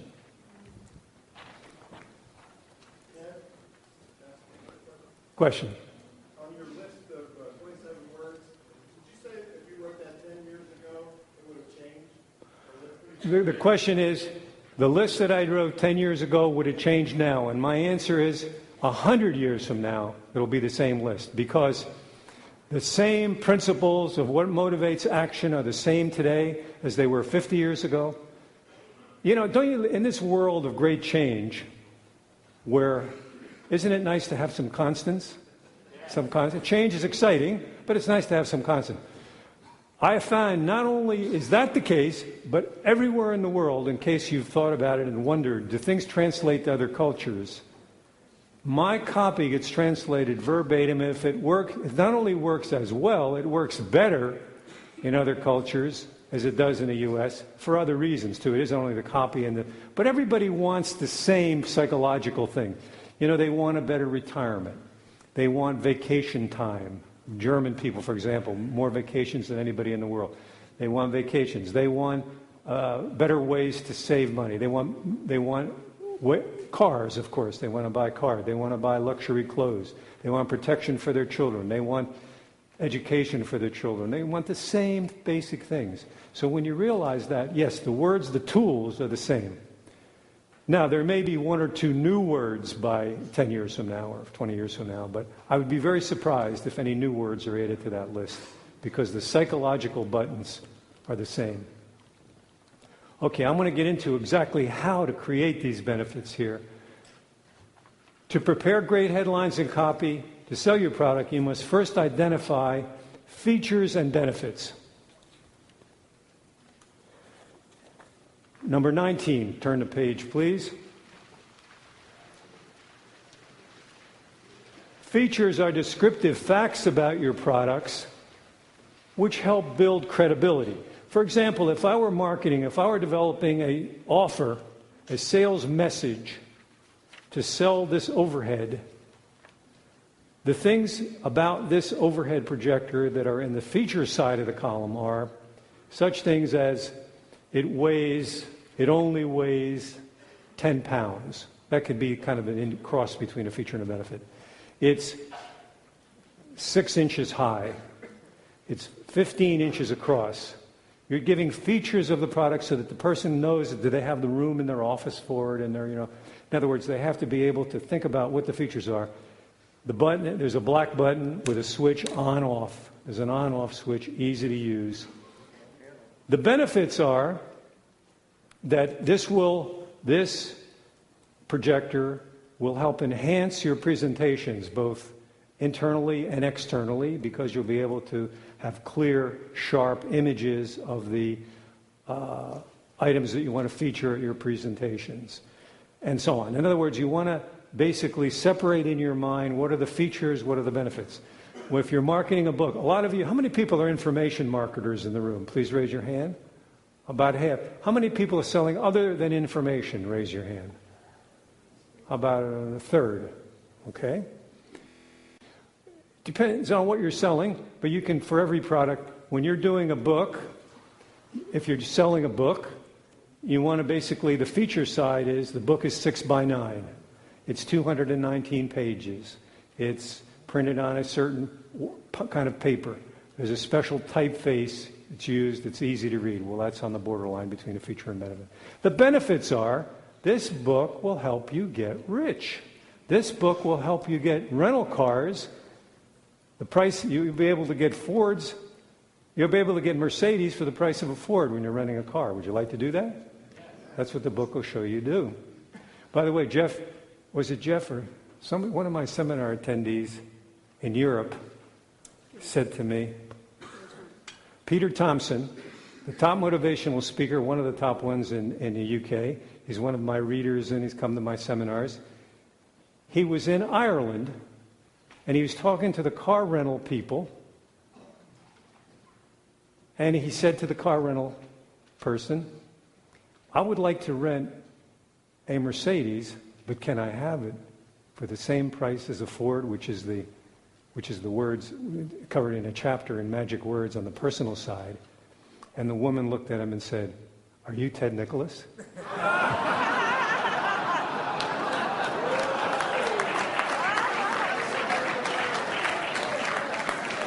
It was so cute, huh? Okay, so you've got to separate the features and benefits. If the book is a massive volume, if it weighs 20 pounds, remember, they're features. The benefits are where you're going to derive from the product, where you're going to get from the product. Number 19, I already covered that. The features determine a product's credibility. Did I cover that? Yes. Number 20, the best way to capture benefits is from the buyer's point of view. Here we are. You want to look at it from the buyer's point of view and write each benefit on a 3x5 card. This is the way I do it. If I'm promoting a book, for example, even if I've written a book or haven't written a book, it doesn't make any difference. I've got to put on my marketing hat. When I'm writing by the way, when you're writing a book or a special report, if it's a book that's going to be delivered electronically or in print, the same principle applies. My recommendation is most people write the book and then they say to themselves, how am I going to sell this thing? A much better way to do it is write the ad. Write the ad and then write the book. Write the ad and then write the book. People do everything backwards in life. That's one of them. Because this forces you to look at the book from the buyer's point of view. See, too many books are ego trips for the author. Nobody cares about the ego trip of the author. People want to know what's in it for me out of this book. So if you write the ad for the book, and by the way, that's also a tremendous way to filter ideas from your employees. You ever have an employee come to you and say, I've got a great idea. And they say their idea, and they dump the idea in your lap. You ever have that happen? And now you're stuck with this idea. What do you do with it? You're busy. So I always say to people, this may be a great idea, John. Here's our policy in our organization. Write a simple ad for that. How would you market this book, John? And don't worry, I'm not going to judge you on your marketing ability or copywriting ability, but how would you position it? How would you market it? Cause your colleague or employee or associate to think it through rather than simply dump ideas in your lap. You know, ideas are plentiful. The problem are well thought out ideas that you can do something with. And the individual, everybody like to get rid of their ideas and have somebody else have the hard work of thinking about this idea. So it's a tremendous shortcut in interpersonal relations if you have them write an ad. And it's terrific if they come up with an idea and they write a simple ad positioning the idea, you'll be able to see it a lot more clearly, won't you? And so this is what I do, and this is very helpful. But in any case, you write the ad, and then basically you want to fill the book. Now, if the book is already written, or after the book is written, you want to go through it and make sure you've captured every benefit. And what I do is I start on page 1. There may be one benefit on page 1. On page 2, no benefits. On page 3, 3 benefits. And I write them down on 3x5 cards. The reason I have them on 3x5 cards is I look through the 3x5 cards. When I finished, I may have 200. I may have 100 at the end of the book. And I take the ones that are the most powerful in my judgment, the headline, the most powerful, unique ideas of the book, and I put the most powerful one, number 1, the second most powerful, number 2, and so forth. So, because a lot of people ask me, well, aren't you then giving the whole story away too early? Well, the problem is you're never going to get the story told unless you keep people reading your copy. So you want to have the highest benefits up front in the copy. And so I have the top benefit, number 1, the second benefit, and so forth. And this is how, the bullet points in good copy, there'll be a little dot. You'll see in a lot of my ads with bullet points. They come from the 3x5 cards. If I'm promoting a pen, whatever the product is, I'm going to sit down and look at the product. This pen, or this marking, what do you call this? This pointer is a speaker's dream. It's light, it's accurate, the battery lasts for 2 years, it's handsome and business looking, it's coated in a matte finish aluminum with black. It'll be a joy to have in your suit pocket. It won't wear out the pocket like many of them do, and so forth. I'll sit down and I'll write everything I can possibly pack in about this. Now, it doesn't mean I have to use every 3x5 card, but I'll put down as many benefits as I can possibly conceive before I write the piece of sales copy for this pen. And then I'll create the great ad or great direct mail piece or great email, whatever's the delivery system. And by the way, we're going to break here in a minute and then continue. We have 5 minutes. People ask me about media. What do I think about different media? When I first began, I was running mostly in space ads and direct mail. But when I started doing seminars, people knew me from space ads because they would see my ads that are more visible than direct mail. And they would ask me, how come your seminars aren't just about space ads because you also teach us direct mail? And I would say, because I've done as much direct mail as space, but you don't know me in this regard. And in other words, people have a certain expectation that it was going to be all oriented toward a certain media. Now, here's the way I feel about all media. Media, to my mind, are merely delivery systems of sales messages. Whether it's a homing pigeon or a space ad or a billboard or a card deck or an infomercial or a radio commercial or a website or an email letter or whatever the copy is used for, or a brochure, they're all merely delivery systems of information. I'm not married to any one of the media. Media can change, and they do. My concern is how can I craft the best sales? Here again is how I can be most helpful to you. How can you craft the best sales message? Each of you have different ideal ways to contact your audience. Some of you, the ideal way is going to be on the internet, or the internet. I would not make the mistake, though, of marketing only on one media, whatever the media is. I like the combination of multiple media marketing, if it's done correctly, what a lot of people call these days integrated marketing, where you're integrating more than one media. I think this is the direction to go. This is what I recommend. I like the combination of two media. For example, my former company, the Company Corporation, makes a fortune. You probably see this ad I wrote many years ago. This company makes more money probably on the internet. I mean, I think they're in the top, they've got to be in the top 20 money makers on the internet.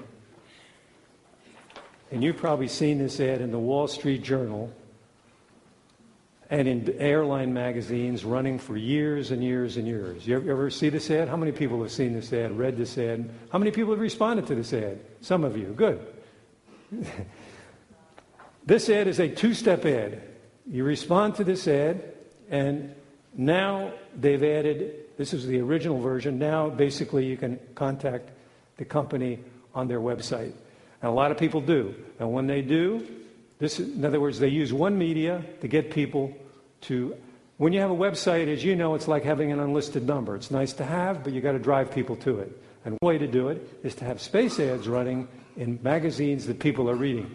Now this, for the Company Corporation's clientele, that's my former company's name, their best markets are on airline magazines and in business publications.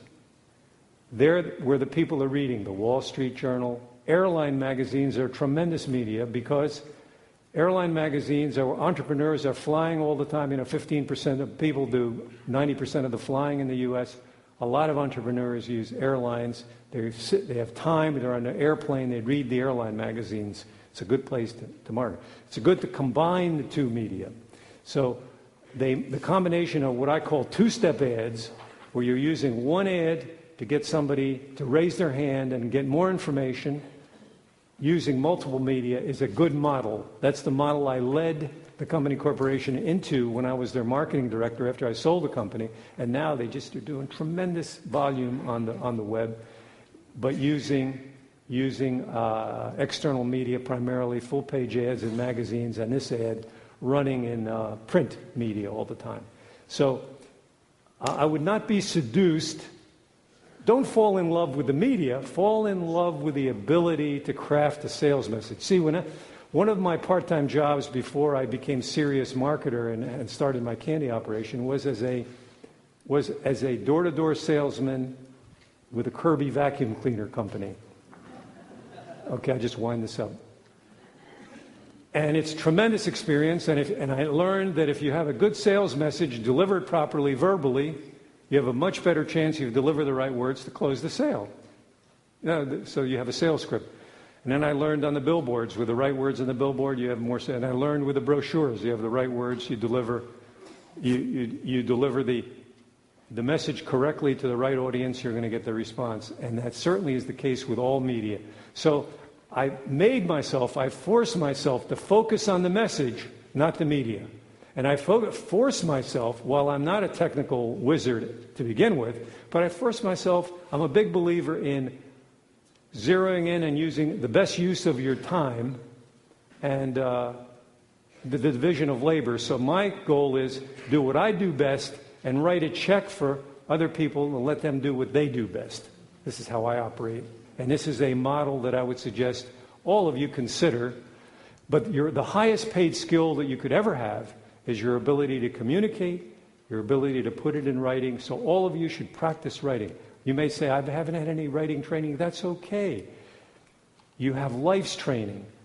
You have the feeling for your products. You have the understanding of your product. You can translate that into the ability to market. And that's where I believe you should spend the majority of your effort developing your marketing communication skill. My seminar is a communication seminar. Your ability to communicate in words is going to be what's going to give you the kind of results that I think you'd like to have in your professional careers. Okay, we're going to take a break. Before we do, I just want to tell you this afternoon, after the break, 15 minutes, we're going to then move into additional marketing material, and we're going to cover, among other things, how to be able to buy advertising space for up to 80% discounts. Would that be of interest to you? Okay, have a good break. Okay, let's get started.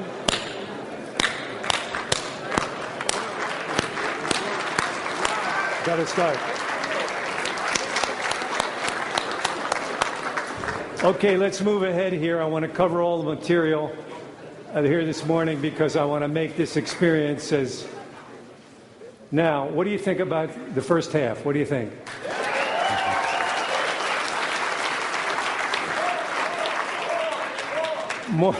I'm amazed and pleased during the break, running to the toilet and back. Everybody talking about they really like the health segments. You like that, huh? Great. I wondered how this group would respond to that information. I'm very pleased that you feel that way. Okay, let's move back to the workbook. So we move ahead here. Which number did we stop?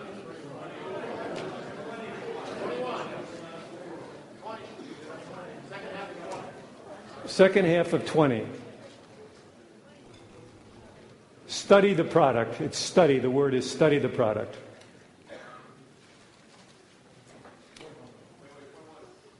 '21. The obvious benefits can be your key to wealth.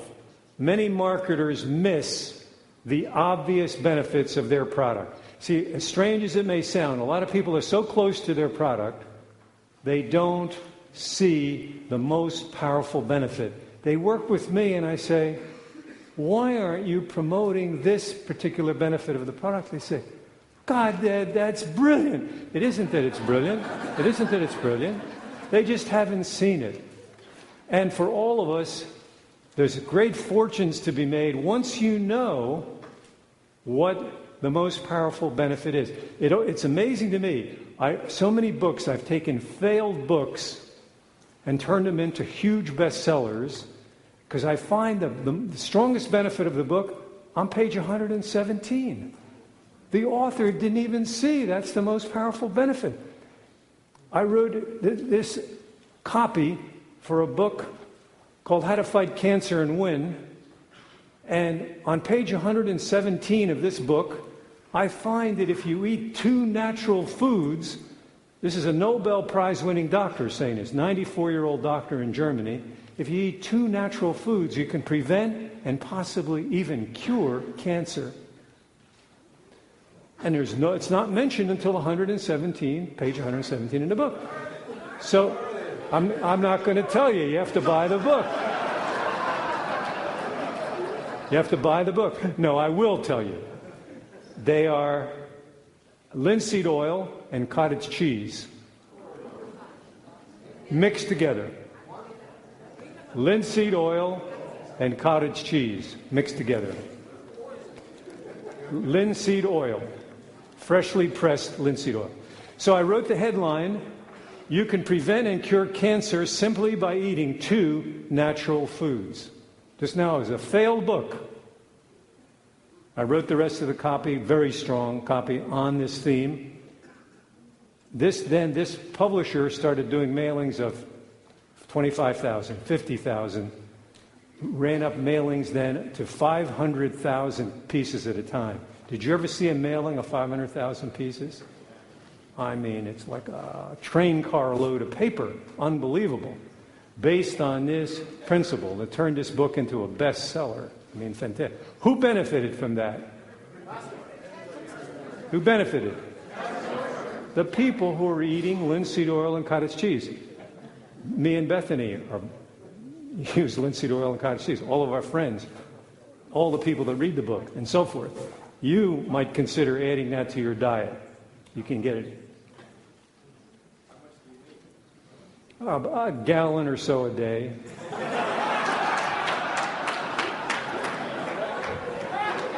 No, you need something like a tablespoon and a half in cottage cheese mixed together.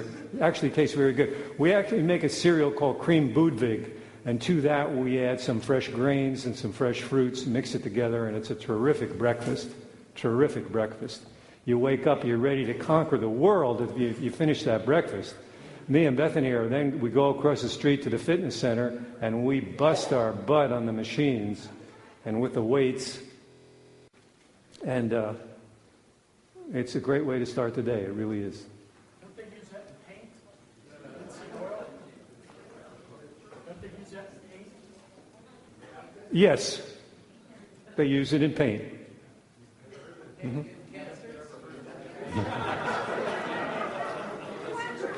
What a great headline. All right. All right, I want you to think about the most obvious benefit of your product. Think about what the most obvious benefit of your product might be, and try to identify that in tonight's homework.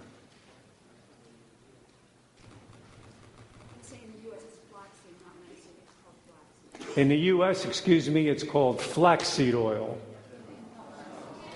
In Germany, it's called linseed oil. They call it linseed oil. What's the name of the book?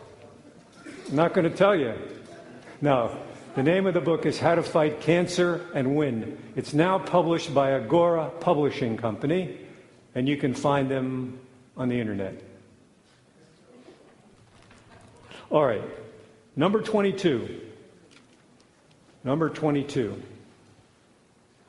What I'm about to reveal to you is a concept that I developed for creating even more powerful headlines that are available by understanding the most obvious benefit. And that's what I call the hidden benefit. See, in every product, there's at least one obvious benefit, usually 10 or 12. And in every product, there's usually 10 or 12 hidden benefits. And a good marketer tries to find the hidden benefit. And here's the process that I go through to find the hidden benefit. The hidden benefit technique does not arise from examining the product. Does not arise from examining the product. And this is the question you must ask yourself, number 24. Number 24, this is the question I ask myself about every product that I ever market. Ask yourself, if I had unlimited godlike powers, this is the first part of it, unlimited godlike powers, and could grant my prospect, the blank is, the biggest benefit I could imagine, what would that be? Is that cool? So, then I'll show you some examples of the hidden benefit technique in action.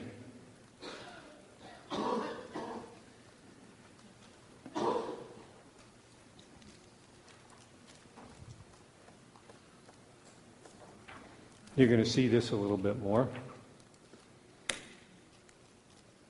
This is for a speaking product, how to be a better speaker. You know, the number one fear in America is public speaking. 56% of Americans would rather face death than they would speak publicly. Would rather face death. So that means in a funeral, people would rather be in the casket than delivering the eulogy. Now, when you show somebody, this client approached me to market this book called The American Speaker in America. It's based on a German product. And I thought about, what is the number one thing every speaker in the world that's giving speeches would like to have, every speaker, including me, likes to have, and that's a standing ovation, right?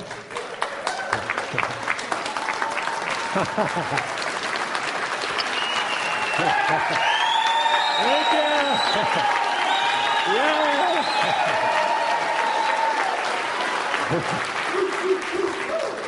Thank you for that.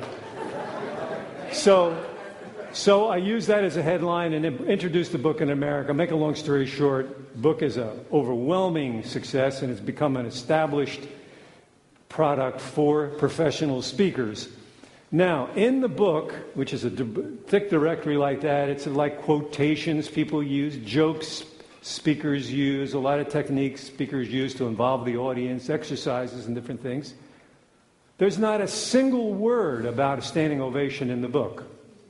You see, that's an example of the hidden benefit technique. It's a hidden benefit of the book.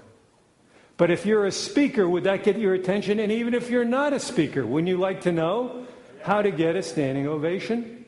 And by the way, all of you I recommend work on your speaking skills. You may be sitting in front of the internet all day, not talking to too many people right now, but as your business grows, you need to present to people, to banks, to other people. You know, all the studies show the better you are presenting ideas, the more successful you are as an entrepreneur and as an executive. Those of you that have part-time businesses will be more successful in your other career if you're a better speaker. Join Toastmasters. People come to my seminars and they say, Ted, I'm afraid of public speaking. You mean I have to become a public speaker? And I say, no, you don't have to do anything. You don't have to take action. You don't have to eat fruits. You don't have to walk an hour a day. But you want to be more successful? You want to put more money in the bank? You want to have more rewards in your life? You want to get your ideas accepted? The better presenter you are, the better you're going to be. So I really urge you, work on your speaking skills. You do nothing but benefit. Do you know even scientists? One of the people that came to my seminars, what's her name? That does seminars for scientists? Mary Ruwart is her name, Mary Ruwart. She does seminars for scientists because she's a libertarian candidate for president. Came to my seminar, a wonderful person. It's been shown that scientists used to just read their papers before their peers, you know, those left brain that stand behind a podium, never move. Don't you hate it when you go to a seminar and a guy stands behind the podium, never move? This is what scientists do, and everybody's going to sleep, even other scientists. So they find out that as scientists, the better presenters they are, the further they get ahead in their career. So regardless of your career, the better, if you're a doctor, you're a lawyer, whatever your career is, you're going to be better when you're a good presenter.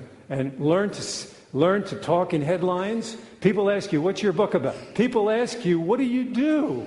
Learn to talk in headlines. People ask me what I do. You know what I say? Whatever I want. I show people how to turn words into money.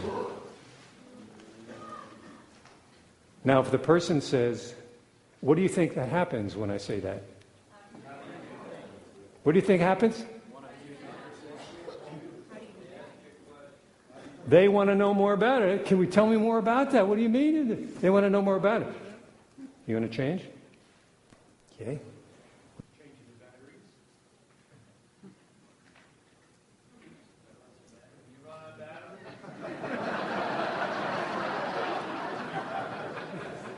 I run on batteries. See, when you use a lot of energy, see, the batteries just drain out. Thanks, George. I'll slow down. Huh? So work on those skills, and it's very important. And so this product, that's an example of the hidden benefits. Some other examples.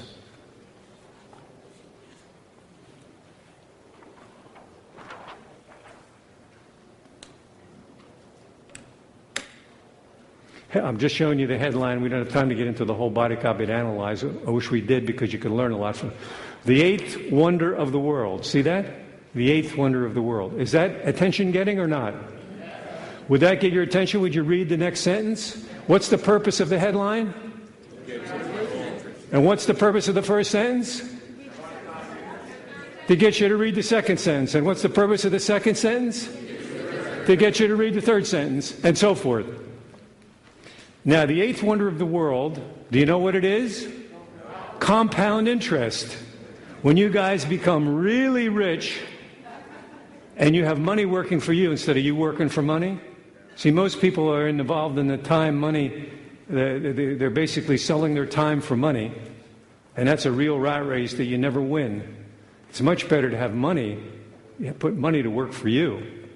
And when you're earning interest and passive income and all those good things about money.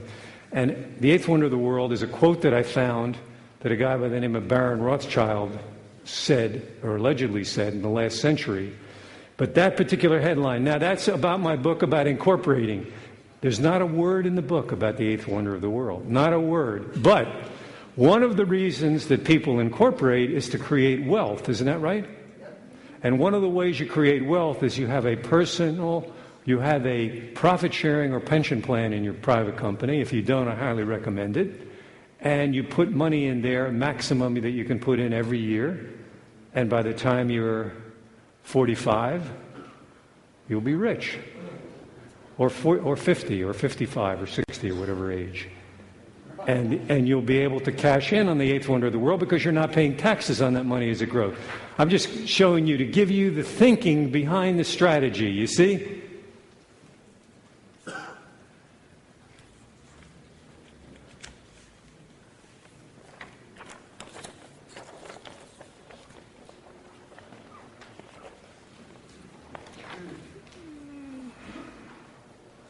Catapult yourself to the top by become an electrifying public speaker. I mean, is that powerful? That is powerful. And that is a hidden benefit of the American speaker. There's not a word in the book about being an electrifying public speaker, but that's the result, that's the benefit of learning these skills. I, by the way, got this client involved. I use a lot of graphic. You see these graphics, a guy being shot out of a cannon. If you try to have this in a photo shoot, it would be very difficult and not very believable, right? But with a drawing like that, you can get the idea, the message across. So I have no graphic skills, but I send the client the copy and the concept that I would like the artist to work on. The artist works on some drawings. I look at them, I approve the drawing, and it becomes part of the ad. You follow how that works? And people now are becoming a lot more. I notice on the net, there's very few photos and graphics used. Very important these days because people sit there in front of the TV 25 hours a week. It's more of a visual. Everything's more visual. A lot of websites and copy and email, and it's just very boring looking. So when you can add graphics, it can help. Here's another example, a hidden benefit. How to stop the competition from eating your lunch. This is a product. You want the competition to eat your lunch? Every entrepreneur worries about, my competition is going to kill me. And your competition will kill you unless you stay ahead, right? And so I show a guy with a big sandwich and a big shark next to him. And the shark is about ready, with a ravenous look on its face, about ready to eat the lunch. Is that cool? That communicates, that embellishes the word. See, good graphics in direct marketing, you basically have your graphics that embellish the words. This is now, is there a word about the competition eating your lunch in the trend letter? No. But the concept of the copy is, the strategy of the copy is, learn how to stay on top of today's trends and stay ahead of your competition instead of they're kicking your butt when they're ahead of the competition. When they're staying in touch with today's trends, you better get in touch with today's trends. That's the concept. Now, a lot of my ads, you'll notice, are based on what the psychologists call fear motivation. Fear motivation. Fortunately or unfortunately, depends on how you look at it. To me, it's just a fact of reality. More people respond to fear of loss than hope of reward. If I tell, a lot of my ads are, if you don't incorporate, you're going to lose your personal assets next week. Oh my God. Your house, your car, your bank account, your children's educational funds are going to be gone unless you protect yourself. So doesn't it make sense to take a simple legal action and incorporate? Absolutely. Absolutely. Thank you. Are you a customer of... See the idea? Fear of law. That's the strategy behind that kind of marketing. It's a strategy behind some of the things I'm showing you. Well, that gives you a few examples to demonstrate, to show, to illustrate the hidden benefit technique. Here's another one. Caused a lot of controversy when I ran this the first time. Wage your own personal tax revolt. I mean, this copy is like the first few sentences. The U.S. was founded by a group of individuals who rebelled against the oppressive policies of King George. It's true, isn't it? This spirit of independence, a uniquely American phenomenon, underlies a growing displeasure with government tax and spending policies. Is that true? and so on in the copy. Well, this tax revolt, now, this is about my book, Incorporation. Now, there's not a word in the book about tax revolt. You see the idea? You see the connection between the hidden benefit? Because entrepreneurs, strange as it may seem, don't like to pay taxes. Do you? Some of you may like to pay big fees and taxes. That's okay. The rest of us don't mind. Go ahead and write big checks. I prefer to have money in my businesses, working for the business in expansion, hiring employees, building new plants, running more advertising. I feel society, the world, everybody benefits. When I see tax money being wasted, I wouldn't mind if the money was being spent in a rational way, but in my view, most tax money that I see, all the way from the days of the Marine Corps to now, is wasted. So I like the idea of legal ways to protect your hard-earned money. Do you? You agree with that? Okay. So that's what this ad, that's the concept. All right, let's continue. Do you think now you might be able to add to your homework the hidden benefit of your product or service? You think you could come up with it? What do you think? What do you think? You think you could? Yeah, okay. I'll look forward to hearing some tomorrow, those of you that want to share. Oh, no, I'm not going to be speaking tomorrow, but you can maybe show them to me tomorrow. I'll be in the hall. Okay, do not attempt number 26. 25. Can I skip that? Huh? No? Is everyone important to you?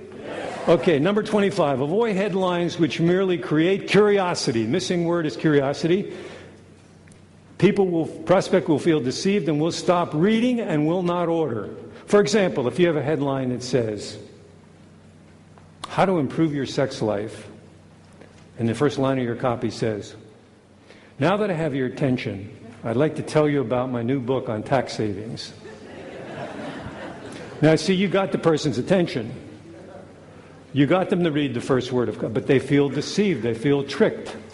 People do not respond to feeling tricked or manipulated. They don't want to be manipulated in a negative way, and that's an example of negative manipulation. And do not try to merely create curiosity. It's got to tie to the product, tie to the benefit, tie to what you're doing. So don't waste your time with that kind of nonsense the way some people do. A lot of copywriters try to be. Number 26.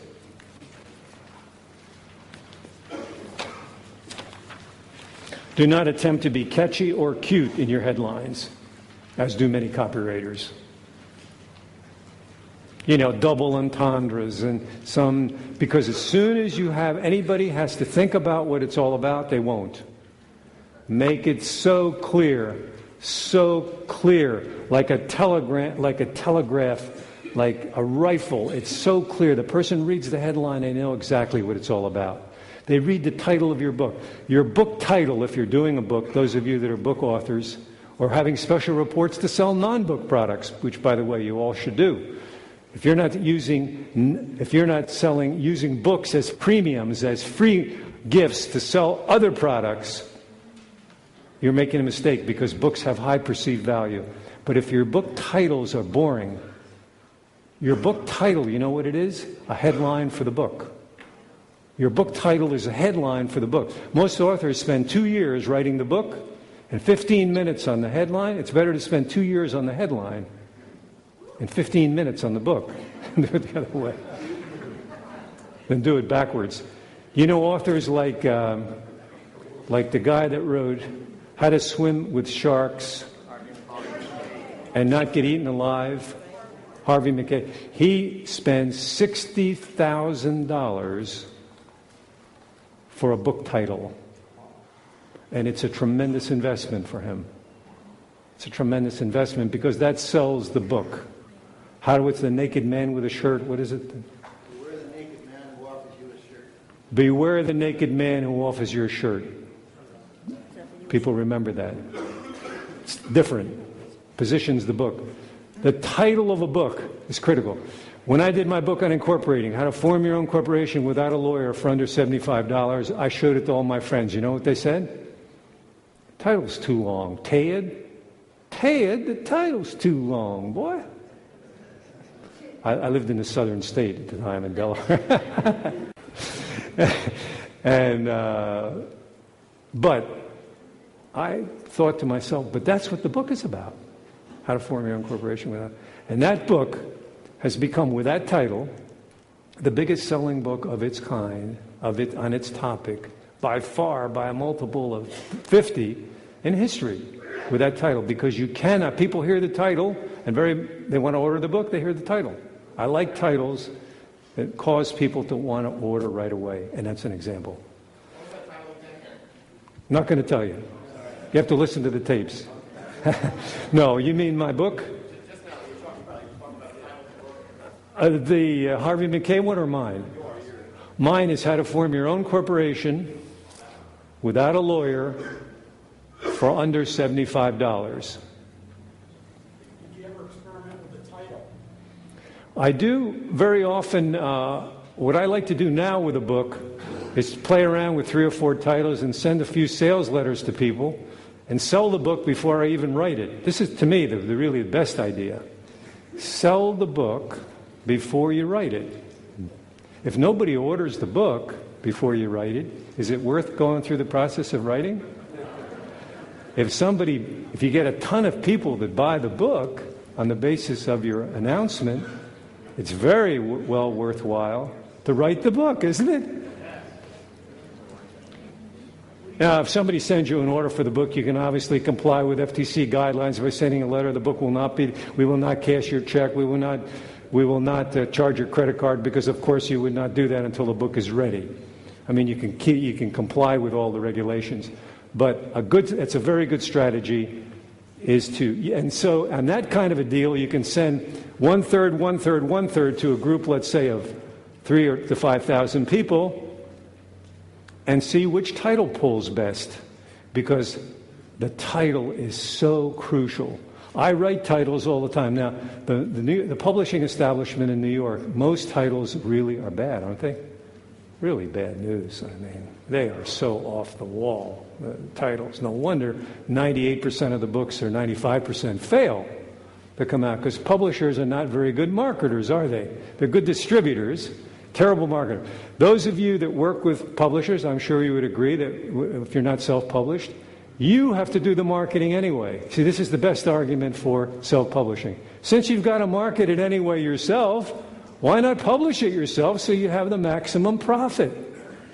Why kill yourself with a book for 5 to 10% of the sales when you can have 100% of the sales, less expenses, as the publisher? And boy, people come to my seminars that have horrible experiences with published books, where the publisher can't find the records, there's no marketing of the book, they can't get any attention. Yes, a few books, very handful of Stephen King, a few authors have some. There's only 200 writers in the United States that make a living full-time writing in a country of 250 million people.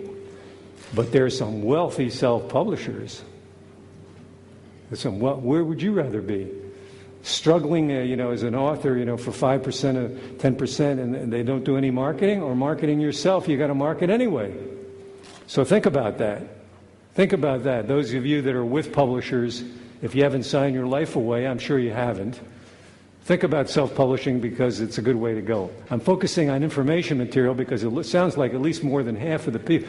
But everything I say about books applies to every other product, because here's what I found. If you can sell books, you could sell anything. And here's why. Nobody wants to buy a book. You're basically selling ideas. A book represents, to most Americans, work. You got to read and study and get it and memorize. A book represents work. It is not automatic in the sense that you get the book and all the material is transferred automatically to your brain. So if you can sell the concept of going through the work to a person, especially a non-book reader, in other words, you're selling the benefit, the solution that the book offers. My book on incorporating, people do not stay awake at night reading about how to set up a subchapter S corporation. It's not exactly sexy reading, is it? It's not Diane Steele. You know, it's a useful reference book. So you've got to basically work on the benefit concept and get that transmitted. All right, now I want to show you some very important elements in an ad that are overlooked. And I'm going to try to get through this material. Now, the plan is to break at 12. Do we have any room on that end to 12:15 and a lunch? Do you guys, would you rather have 15 minutes more and a shorter lunch, or 12 we stop? What would you like? Because we're going to go an hour. We're going to go an hour. Agreed, boss? Of course. Okay, we do it. We do it because I want to give as much as possible in the time we've got together here.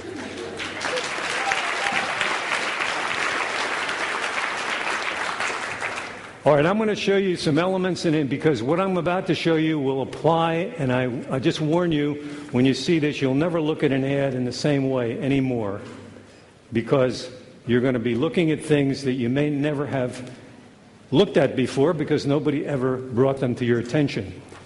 And what I'm going to show you is the reason.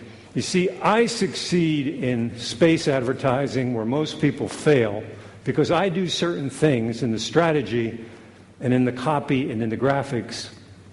And what I'm going to also show you before we're finished is how to buy the space in an economical way that others just don't do. They either don't know how to do it, they're too lazy to do it, whatever it is, they don't, for whatever reason, they don't do it. Advertising agencies, if you work with one, do they want to spend more of your money or less of your money? What do you think? More. They make more money if they spend more of your money. You make more money if you buy fabulous advertising at a lower rate. Is that true? That's the entrepreneurial approach. I want to buy $10,000 ads for $2,000 or $3,000 or $4,000, don't you? So I get the reach, I get the audience, and the risk is little or none if I have tested copy. So if I have the buy right, which we'll cover shortly, and I have the other elements right, which I'm about to show you, I've got a real good chance of success. If I don't have those things right, I don't have any chance. And I'm for increasing the chance that people think I'm a big risk taker. I can share this with you. I hate risk. I hate risk. When we go to Las Vegas, we do a seminar usually once a year, twice a year. And in Las Vegas, I see these poor souls. Some of them think they're going to make money. I mean, it turns me off. We never spent the last two, maybe. No, we don't gamble. I hate gambling. I like calculated risks. I like it when I can invest a small amount of money where the leverage on the other end is so high that it's worth the risk, don't you? And if I can test for $1,000 or $2,000 and I have the chance of rolling out to millions, that, to me, makes a lot of sense. And that's what I like to do. Or test for $3,000, whatever, depends on the media. If I can test a newspaper ad, if I have a general product, and I can test the newspaper for a small amount of money, and I can go into all the newspapers, many newspapers in America, that's a good deal. And this is how I do it. But we'll get into that part of it. But first I want to show you the elements in an ad that are often overlooked. All right, now notice this ad. First of all, the headline has upper and lower case letters. Upper and lower case letters. Why? Why do you think? Easier to read. Easier to read. I want the copy to be so easy to read, a person's not even aware they're reading it. If it gets their attention, easier to read. In the body copy, I'm using what's called a serif body typeface.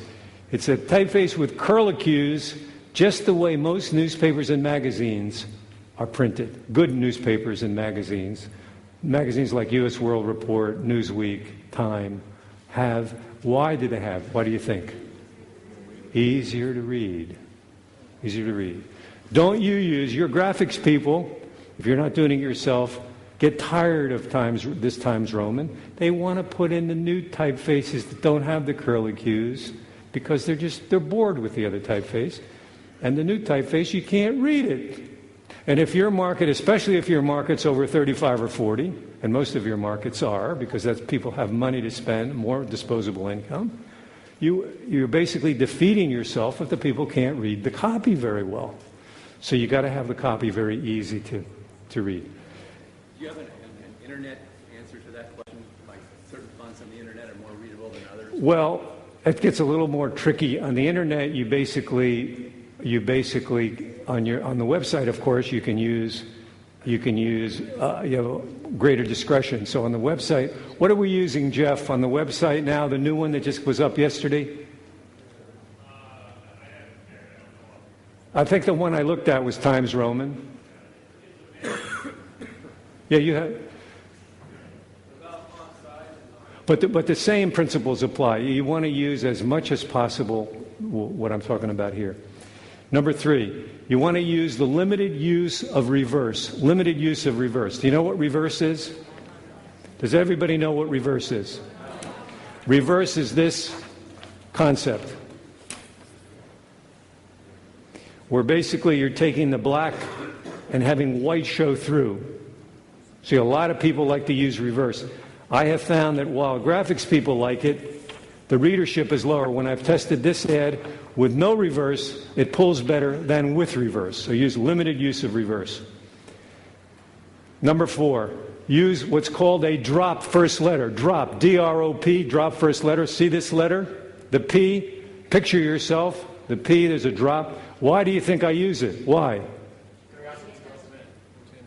Because selling of all kinds, selling, remember this, selling is a sequential process.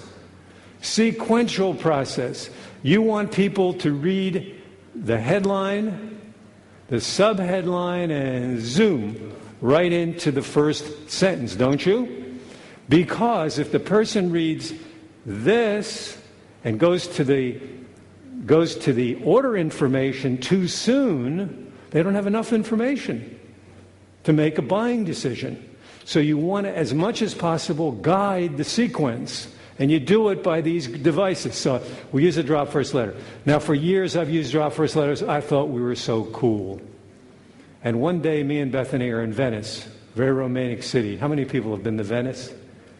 It's small. The rest of you all have to plan a trip. It's the most romantic city in the world. The channel, the people are singing. I mean, it's fantastic. You got people with the gondolas. And we see a beautiful museum right by our hotel, and they have a display of books printed in like 1511. So we naturally go in and see these beautiful books. And what do I see in these books made in 1511? A drop first letter. I couldn't believe it. They were doing it all that time ago. Of course, they realized that the readership, there was more readership, I'm sure. Question. A drop first letter is a large letter that drops into the copy. That's larger, that's like a capital letter that's bold, that you start the copy with. Those of you that can't see, this is a big room, and you may not all be able to see the screen well. Don't worry, I'm going to show you how you can get a collection of all these ads that I'm showing you so you can study them at your leisure, because you'll want to study them because they contain lessons that you'll be able to use forever, what I'm showing you now. Question?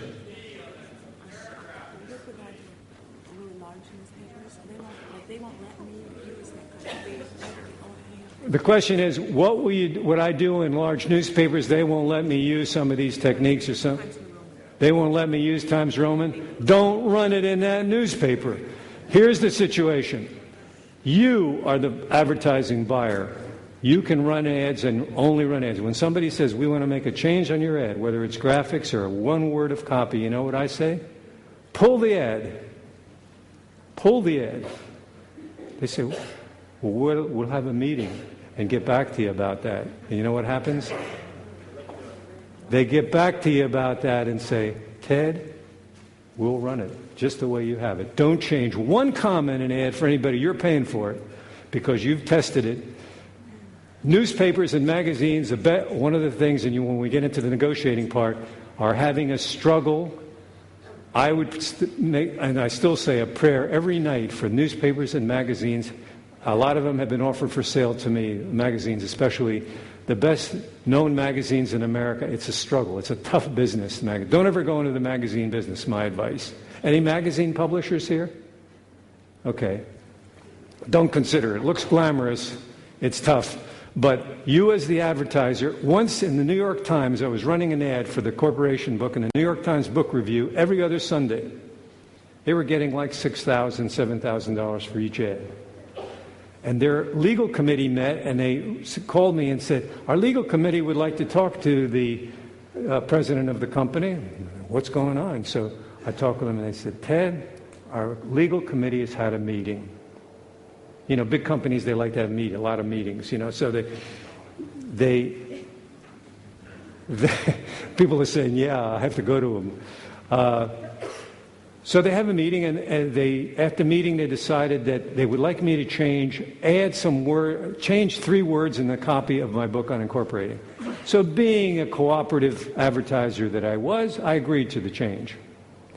And much to my amazement, this is for the argument that people really read all the copy. 3-word change, I went from a winner to a loser in this publication. I could never run that ad again because it's a loser with those 3-word change. So now I have this policy. Look, if you want to make a change, here's what we agree to do. We'll show you our records. If you'll underwrite our risk, in other words, if we lose our butt on it, will you protect us? We'll agree to any change you want, as long as you take the risk. But if we're taking the risk for the ad, we run it our way or pull it. This is the policy. Run it or pull it. Firm but fair. Is that fair? We're paying for it. We don't want somebody else telling us because some committee met some lawyer. I mean, this lawyer is on some other wavelength. He doesn't know how to market anything. He doesn't care if he makes 3 changes. He's justifying his job. It's killing our ad. We don't do that anymore, so we set up that policy in my companies. Any change, pull it. And I'm telling you, 99% of the time, they run the ad. 1% of the time, they don't want to, so pull the ad. There's plenty of other places to run. What were the 3 words? What were the 3 words? The 3 words were only in Delaware. They wanted to add only in Delaware. But see, what happens is when you read the ad and it says incorporate only in Delaware, because you're a business in Ohio and you don't realize, well, what is Delaware? I don't understand. I'm in Ohio and Delaware, and it's confused. And confusion breeds what? Death. Death. Confusion is death. As soon as you confuse anybody, they don't order. You die. So stick with the copy that works. Don't change it for anybody. Don't change it for any. If you have a misspelled word in it, don't change it. If it's working, don't change it. Don't change anything. Leave it exactly as it is. It's like a work of art. It's like looking at The Tale of Two Cities by Charles Dickens. And the first sentence, you remember, is it was the best of times, it was the worst of times. Now, if somebody said, I don't understand that, change the first sentence. Would that change the nature of the book or not? It's like, to me, an ad is like The Tale of Two Cities. I worked so hard with all my skills to have this ad, and you want me to make a change. Do you realize what you're asking me to do? I won't do it. I won't do it. You want to make me cry? I won't do it. So that's very important. How about when you haven't run the ad? How about when you haven't run the ad? The same policy. We haven't run the ad. The question is, how about when we haven't run the ad? We still don't change it. We don't change an ad for somebody else. We don't change an ad. We've never seen anybody give us a good reason to change an ad. Some some committee doesn't think, listen, if we had to run all of our ads by some committee, some approval committee, we would never run an ad. I have some of that problem now because I do some work in the network marketing, quite a bit of work in the network marketing field. I'm on the board of directors of Amazon Herb Company. We do a lot of things, and there's things going back and forth in the health field, and the lawyer and says this, and we have to dance around all these laws in the health field, which are some of them are changing and so on. It's a little bit of a tricky process. Anyway, number 5, subheads. Notice the subheads here. I'll just read them off to you real quick. A must for leaders. A must for leaders. Doesn't a good speech take time to prepare? Does a speech take time to prepare? What do you think? Yeah, is that true? Yes. 20-minute speech for the Kiwanis Club, which all of you should be doing. Speak before your Kiwanis Club, Civic Club. They all need speakers. Practice your skills. You'll become a better communicator. But that 20-minute speech to do a good job takes time, doesn't it? You've got to think about it. It takes good time. So make sure everything you're writing is true from your heart. Put Ronald Reagan's chief speechwriter on your team. The editor, our original editor, is Aram Bakshian. You know who's considered the greatest communicator, the best president communicator that America ever had was who? Reagan. And the guy, his speechwriter, if he's the editor of this publication, he adds credibility, doesn't it? And look, we even have a testimonial from the president himself, from the president in the ad, President Ronald Reagan. Get answers to these important questions. Look at these subheads. See some of the bullet points here come from the book itself. Enjoy the 100 best quotations for 1993 when we introduced the book. Free. What cost you to get the president in your pocket? Nothing. He did it because he had such respect for the editor. Nothing. Not a penny. If you order now, we'll send you the coveted special report, the 100 best quotations for 1993, absolutely free. Act now. Mail the coupon below. What's the first word of the order form? Free. What's the first word of the body copy in the order form? Yes. Please send me American Speaker for a 30-day free trial examination. Now, if you notice, free is used 5 times at the close of this ad. 5. What's the most powerful word in the English language? Free. You see the strategy? All right. Why do we use subheads? Why do you think?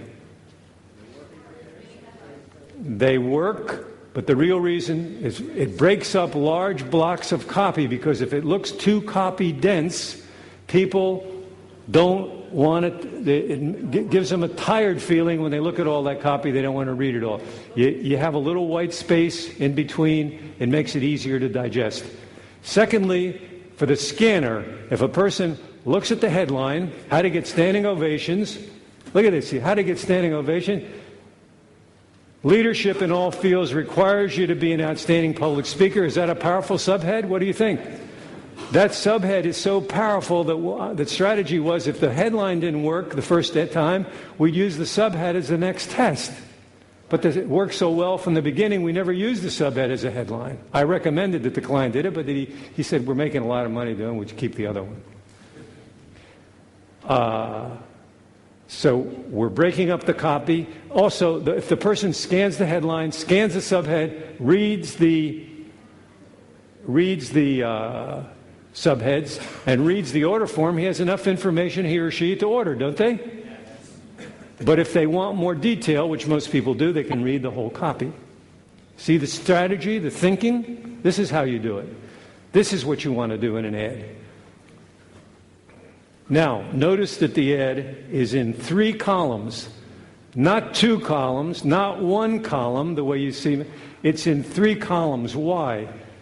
Several reasons. Number one, these column widths are about the same as you find in any good magazine or newspaper, because they're small, digestible bites of copy. So use 3 columns. I've tested both what's called ragged right-hand columns or justified right-hand columns. In this ad, we have some of both, and I found it makes no difference. You can use either one. Very few things. I'll let some of the internet people talk about this. You may have experimented some with these typefaces. I'll let Mark address that.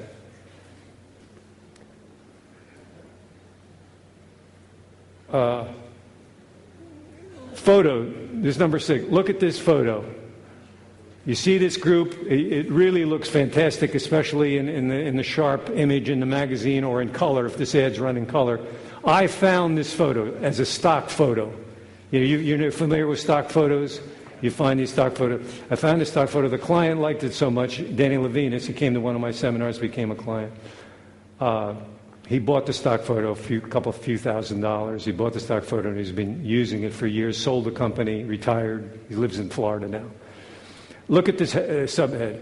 Wouldn't you like to get this type of reaction from your next audience?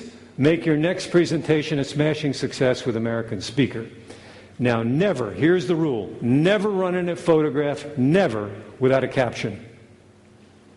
Don't assume your reader knows what this photo is. If it's a photo of you, put your name under the photo. Put your name under the photo. Never run.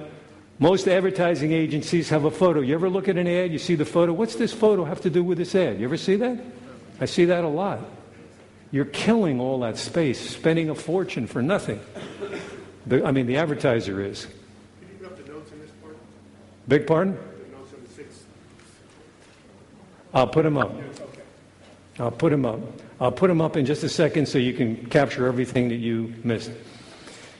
The coupon. Notice this coupon. The coupon at number 7 just says coupon. Thin coupon. Say thin coupon. Notice this coupon is thin. Now, most graphic designers, you know what they want to do? They want to make a thick coupon. But why don't you want to do that? Don't allow that. Why? Selling is what kind of a process? Sequential. What? I can't hear you. Sequential. Selling is a sequential process. If you make this coupon too thick, the eye tends to be drawn from the headline down to the coupon too soon. So keep it thin. Eliminate the logo? Logo, forget the logo. Forget the logo. You know who loves the logo? You. The logo is a me message. The logo is a me message. Unless you're IBM or Nike, don't use your logo in your ads. Because the logo, you know what it says? I am an ad. You put your logo in there. And say, my ads, I make them look like what I call advertorials. You look at it, there's a lot of information in the ad, even if you don't buy the product. It looks like an editorial. That's the look and feel that I want, that I'm after. That's the look and feel I propose it's going to work best for you. Notice that in the headline, there are quotation marks around the headline. Now, quotation mark studies show 27% more people read and remember headlines with a quotation mark, and somebody very important said that. You know who it was? Me. So when you write headlines, you're important, aren't you? You put quotation marks around it so more people will read and remember your ad. And finally, on all your copy, regardless of where you run it, internet, print, wherever medium you're using, always put a copyright notice on the ad. And here's the copyright notice. C, small c, year, and the name of the company. Because when you're successful, really successful, running ads all over, everybody tries to rip you off. And you send them a cease and desist letter, and 99% of the time they stop. And the ones that don't, sue them, because it's your intellectual property and your living and your livelihood. And regardless if you're selling widgets or books. So those are some of the things. I want to put them up on the board. Can we put them up on the board with am I changing it, or do I need to change? Good, okay. You can note those down. Now, do you feel that gives you a better, deeper understanding into the strategy behind the ad? Yes or no? Yes.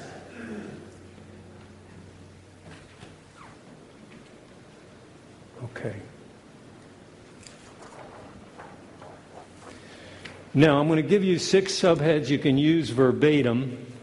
Would it be helpful to you to have 6 subheads you can use verbatim without any attribution to me, without any royalties to me, but a small fee for each one? So. No, you can use them as you wish. Here they are. Let's go to them. Okay. What about you? What about you? You write a bunch of copy about these wonderful benefits of your product, and you then have a subhead that says, what about you? You think you might read that? Next, a full 30-day no-risk trial. If you're not guaranteeing your product, start guaranteeing your product because your orders will increase, usually double or more. If you're not guaranteeing your product, start guaranteeing. And if your guarantee, the longer the guarantee, the more orders and the less returns. If you have, for example, a 7-day return policy, you'll get a lot more people who return the product at the end of 7 days than at the end of 30 days, simply because people haven't gotten to it, they haven't looked at the product, they haven't read the book if it's a book, they haven't examined it, so they return it because it's the 7th day. But if it's 30 day or 60 day, 60 days is better than 30 days. 90 days is better than 30 or 60 days. 6 months is better than 30, 60, or 90 days. 1 year is better than the shorter durations. And lifetime is the best of all. Lifetime guarantee. If you ever are not thrilled with this product, return it, and these are the magic words, for a prompt and courteous refund. Or you can add a prompt, hassle-free refund. What do most people do, or a lot of people do? They say, this is their guarantee. We guarantee our product if you use it exactly as we've indicated. At 5 o'clock every morning, you make sure that you get up and you do 20 push-ups. You eat this diet for 10 days, and you read 3 chapters of the book by the end of the first week, and you do this, this, and this. We will guarantee. That kind of a guarantee hurts you more than helps you. It waffles over the guarantee. You say, for any reason, you're not happy, thrilled with the product. If it's not everything we've described, return it for a prompt and courteous refund. Isn't that what you like as a consumer? And when I write copy, I'm thinking to myself, who's the person I love the most? I'm writing the copy. That's the way I want to approach them. That's the way I want to approach the customer. Because they're the people that are paying your living and your future and besides that, they deserve to be treated like that. Isn't that true? Isn't it make sense to you? Doesn't it make sense to you to treat humans with dignity and respect? Everyone deserves to be treated with dignity and respect. What do most marketers do with their customers? They scream at them. They insult them. They exaggerate things. What have most copy called in America? What is it called? Junk. And why did it call it junk? It's junk. It's exaggerated. It's terrible. You want to build a business based on integrity, on honesty, on sincerity. You want to dramatize your benefits. You want to work on dramatization, but if there's a little bit of a white lie in your copy, people pick it out. There's a sonar that people have. If you're exaggerating a little bit, it's a white lie, it's not quite true. People will see your deception. They'll see that you're not telling them the truth. People are not stupid. And intuitively, it's amazing to me. Their sonar works. How many offers do you get, especially on the web? These business opportunity offers, they're horrible. I don't know who writes them, where those people come from, where they crawl out from under rocks. I don't know who these people are. But they write, these technical people that are trying to write copy, there's more copy that's pathetic. It's pathetic. But most copy in direct mail is pathetic. Now, most copy in direct mail doesn't work. You know that. The only way copy is working, you know it's working if you see it over and over again, because people cannot invest a lot of money unless the copy is working. Make sense? So you want to study copy. Now, as you develop your copy and communication skills, here's what I recommend to you. Read every good book that you can possibly read on copywriting and marketing. I can give you a list of them if you like, a few. Would you like? Yes. Okay. Making Ads Work by John Caples.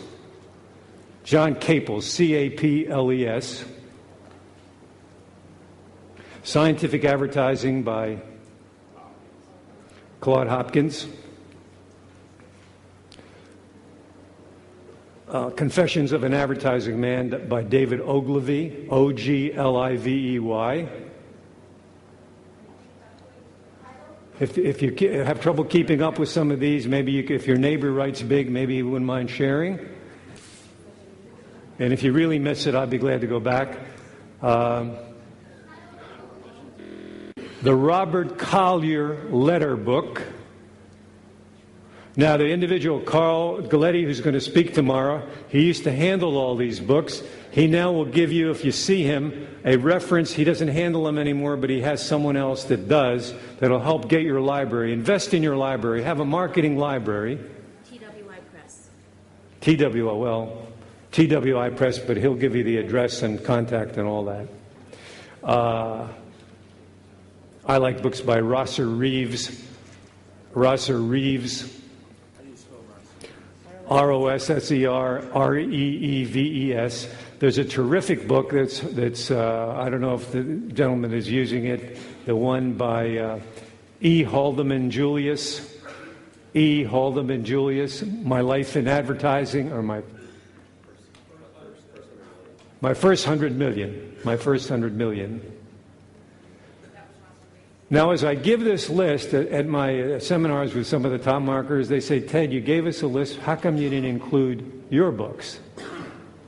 And I say, I would be the last one to argue with anyone who wouldn't want me to include my books on the list. So I recommend my books to you. And before we're through, if you ask me real nice, I'll show you how you can get a lot of them at a real bargain price. But you have to ask me, okay? Question. Yes, Ted. You've gone into a lot of advertorials. Do you feel advertorials work better than display? Question is, I've run a lot of advertorials. Do I feel advertorials work better than display? And the short answer is absolutely. Long copy editorial ads work far better than display. Display ads have the image that I'm an ad, please read me. And a display ad is a person, no one likes to be sold.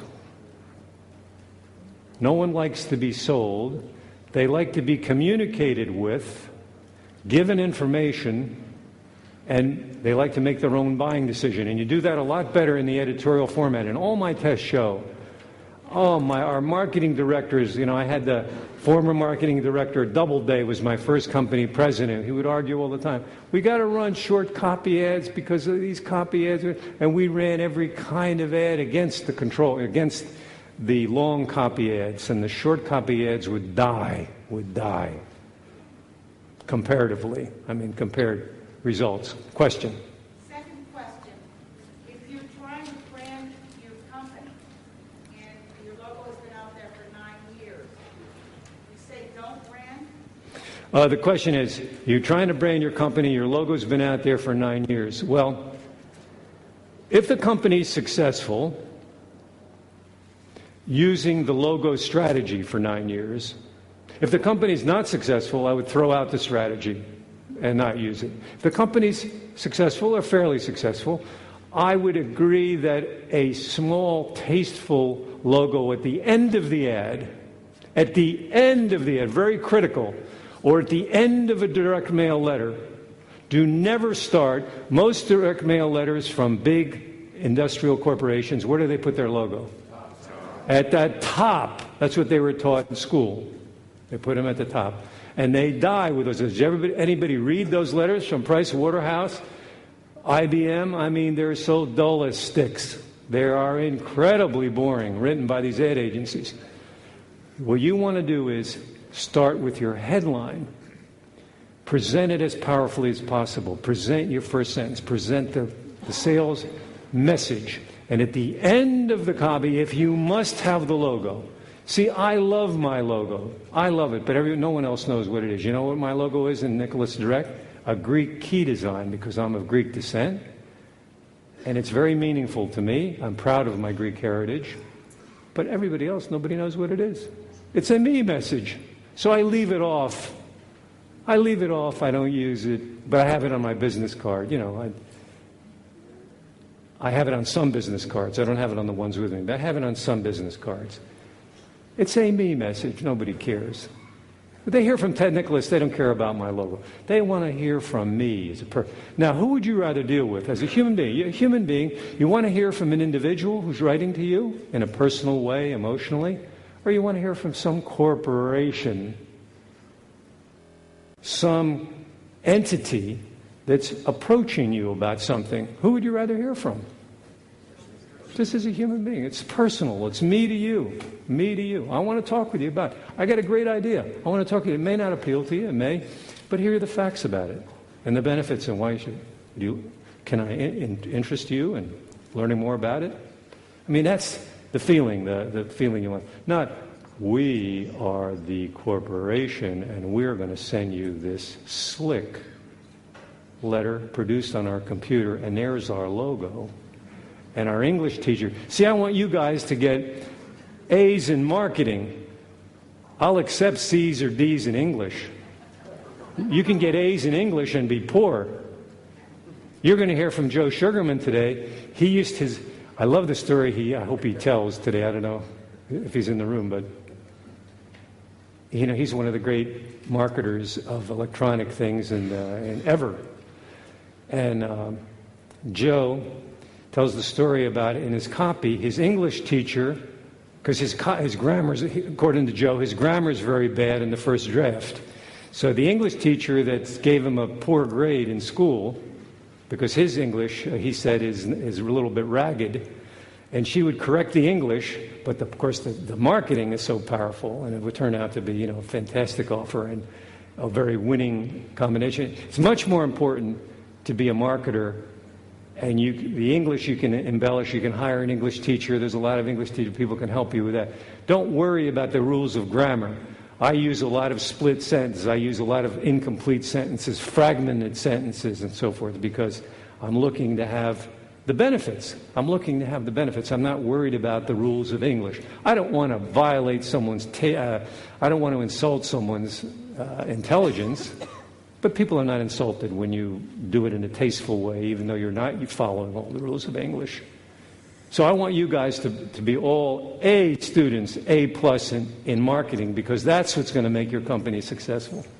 By the way, how many people one day want to sell their business? About a third of you. Well, I can tell you the biggest payday you'll ever have is the day you sell your business. And you know that my recommendation is the day you plan to sell your business ought to be the day you start your business. The day you start your business. See, nothing is forever. You like that, huh? Nothing is forever. And you're going to work hard, and one day it's time to sell the business and go into something else, market changes, so forth. So prepare your business for sale. Be as successful as possible. Sell it on the uphill rise. Laws, regulations change. New competition comes in. A lot of things happen. Plan on selling your business. What to do? Be as successful as possible. Keep your costs under control, and some of the other things, because I'm going to show you how to get everything wholesale. Would you like to buy everything you ever buy wholesale, never pay retail again? Would you like to get everything at good? Would that help you? Question. I see a hand up here. I'll continue. Okay. We were... Did I finish the five? The five subheads?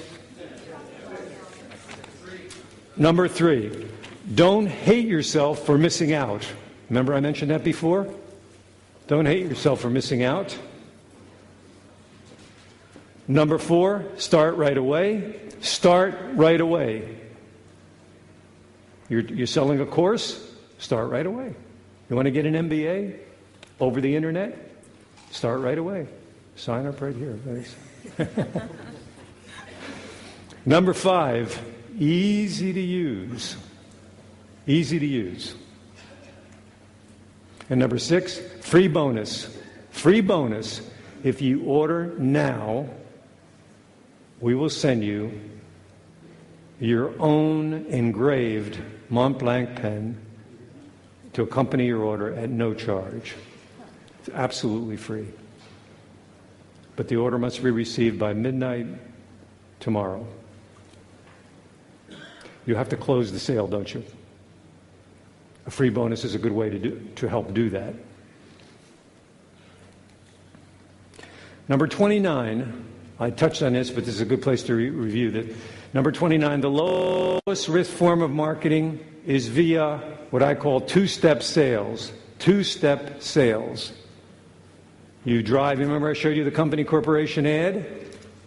Drives you to a telephone or a website or a mail address, and you send out a follow-up, and you follow up and follow up and follow up. It's the lowest form of, the lowest risk-free kind of marketing that you can find. You can do it direct response, you can do it, yes, send a series of letters or a series of emails. Number 30, this is one of my favorite phrases in life. It's brought me so much happiness and fun and wealth, and it is as follows. When you don't ask, the answer is always no. When you don't ask, the answer is always no. And I started learning this when I was in high school. I noticed, I was on the basketball team, and I noticed that all the pretty, like the cheerleaders, all the prettiest girls, most of them were home on Saturday night.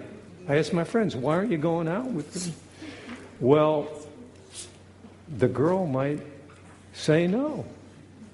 I said, so what? She said, well, but then I would feel really bad, rejected, put down. I said, listen, so I'll ask Susie to go out on Saturday night to the movies or to the dance. Well, 90% of the time when I would ask, they would say, I would love to go out. Because no one was asking them. And in their minds, I guess a fairly presentable guy was asking them now. They had a chance to go out. And the few times that they said no was always like, the no's were like, well, I don't know if you knew this, but I have a boyfriend living in the other city, and right now, thanks a lot for the invitation. And I thought to myself, that didn't hurt. I'm glad to know it. I didn't die. So then later when I got involved in vacuum cleaner sales, some people, everybody that I was one of the leading salespeople, the leading one in this office, everybody didn't buy, but most people bought. The ones that didn't buy, they were very pleasant about it. It didn't hurt. I was a little, I would prefer that they buy, but I just said next. I learned, the philosophy of next. I listened to a tape by J. Douglas Edwards. You remember J. Douglas Edwards? An old-time tape, fabulous. Helped me a lot. And also Napoleon Hill. I went to a seminar once when he was still living. Incredible. It was in Liberty Stadium in Philadelphia, held 20,000 people, and there were 17 of us there. 17 people in a stadium, and Napoleon Hill, my idol who wrote Think and Grow Rich, jumps up on the stage, 86 years old, and he gave the seminar of his life. And it taught me a lot, because I've been on the platform with speakers who are unhappy about something. They're unhappy about the hotel. They're unhappy about the crowd is this, that, and the other. And they're taking it out on the people that are there. Instead of giving their heart and soul to these people that deserve. And it's taught me a lot. I thought, Napoleon Hill, my legend, if he'll do a seminar in a stadium, you know what they must have lost. Can you imagine booking a stadium like that and there's 17 people? So I once did a seminar. My seminars have all been very successful. However, I had one seminar in Florida, high-ticket seminar, and the mailing didn't go out. 100 problems, and we get 3 people, $7,500 seminar. 3 people answered. So my staff said, we're going to cancel, aren't we? And I said, no, we're going to have the seminar. So I did the seminar for these 3 people show up. They couldn't believe it. It was me and them, 3 people. But the 3 people were Danny Levinas, the owner of Georgetown Publishing, who I took him in the tear sheets. He's used about my mailings and things for about 300 million pieces that he put in the mail, ultimately, that I met him at that seminar. Peter Lowe, who's the promoter of Zig Ziglar and at that time Schwarzkopf and all these guys, top speakers of the world, the Olympic champions and all that. They asked me to speak in their deals, but I didn't want to do the trap. You have to live in a suitcase with those guys, But Peter Lowe was in the loving everything, Peter Lowe, and a guy by the name of Vern Jacobs, who's an author in the accounting field. So these three people, we did more things together, all kinds of projects and all with these three people. I don't do seminars necessarily to do projects with people, but it turned out that way. In other words, we were all on the same page. It worked out really well, and that taught me a lot too. But I mention all that to you is that everything doesn't always work out. If the mailing doesn't go out on time, and there's all kind of problems, and it only goes out a week before the seminar, and the people don't get it until 2 days before the seminar, and they're going to spend $7,500 in travel. They're not going to come. So things happen, and you just have to, plunge forward. Okay, let me move along here because, God, time goes by. Man, oh man. All right. I have to go quickly so that we stay within our time. 31, the goal of the two-step, some of this is review, so we'll go quickly. 31, the goal of the two-step selling technique is to get the prospect to raise their hand. Remember I covered that? Raise their hand. That's what you're doing on two-step selling. In most cases, number 32, use small display ads. 32, please, if we can switch. In most places, use small display ads, most cases. Number 33, the reason classified ads won't work only for a limited number of offers is that unless related to their area of interest, your prospects are not looking in the classified section. In other words, unless you have a product that is car-related, people look in the classified for car-related things. They look in the classified section for job-related things. But if you're selling widgets, they're not going to look in the classified section for your product. It's not a good place for your prospects. I like small display ads because you can run the small display ad in any section of the newspaper that you like. Now, do you know what the number one best read page in any newspaper is? Do you know what it is? No. It is the entertainment page. So if you have a product that is for a general audience, use the entertainment page. Do you know the best days of the week to run in a newspaper? The best days of the week are Tuesday, Thursday, and Sunday. Monday, it's the beginning of the week. People don't read as much. They're looking ahead at their week. Friday, they're looking toward the weekend. They don't read as much. Sunday, they're at home, and they tend to read the paper more thoroughly. Is there a morning, evening preference? Beg your pardon? Morning, evening preference? Well, it depends on the newspaper. Generally, on a general product, the morning. If it's a business kind of a product, the evening, because executives will tend to read more the paper when they get home. If you were doing USA Today, would you do the weekend section? We're doing USA a lot now in the Amazon Herb Company. The weekend section, yeah, although there it's a little bit tricky because there they have only certain days for like business opportunities. So business opportunities are only 2 or 3 days a week. Marketplace. Yeah. Yeah, they told me that, because I used to do, for books, I used to advertise, and I still do, in the marketplace. Excellent. And I do Fridays, because then I get the travelers, I get the weekend people, it's there for 3 days. Do you ever test Friday against another day? Yes. Yeah, And well, Friday is the whole weekend for USA Today. that's So- true. Yeah, it's Friday, Saturday, Sunday. I tested Monday, and I tested the weekend, and... Well, there you're getting the benefit of Sunday as well. Correct. Right. Yeah, that's a good So, point. yeah. It's a good point. Yes. I do that. USA Today, you hear that USA Today is published on Friday, but their edition is Friday, Saturday, and Sunday. So if you go on Friday, you have the benefit of the Sunday feeling because people buy it on Saturday, they buy it on Sunday as well as Friday. The travelers will keep keep it, if they travel on Friday, they keep it for the weekend, they go home, and they also keep it in the weekend. Sure. And it's a good direct response medium if you buy it right. Now, what I want to do, we're going to have to move a little bit. We may have a few blanks.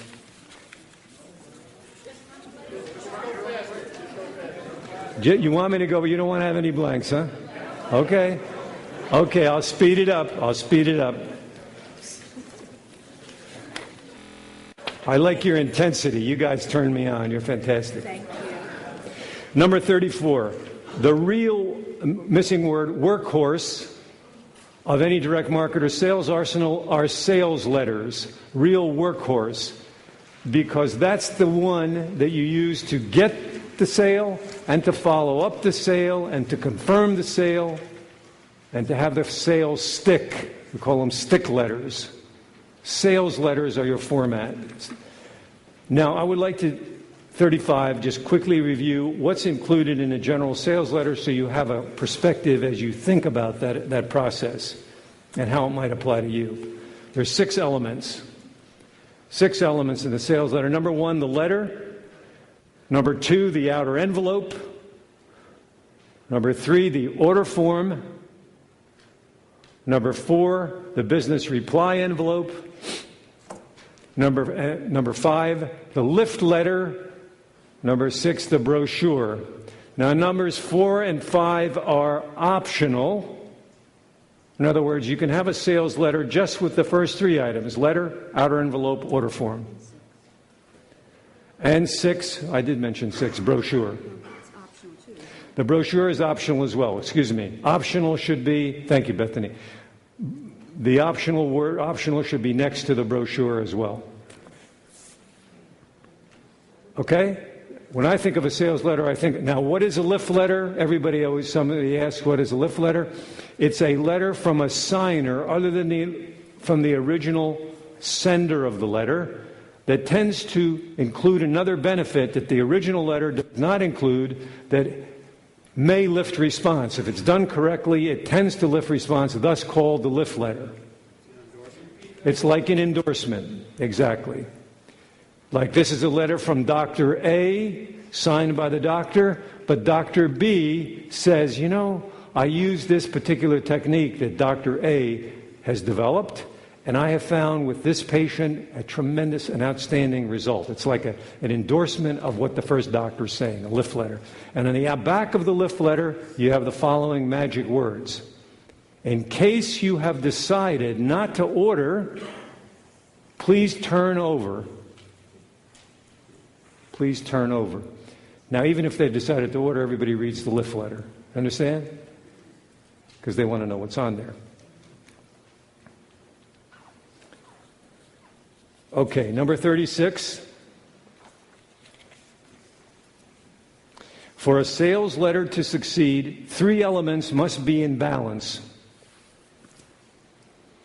Number 1, the offer. The offer. The offer is very critical.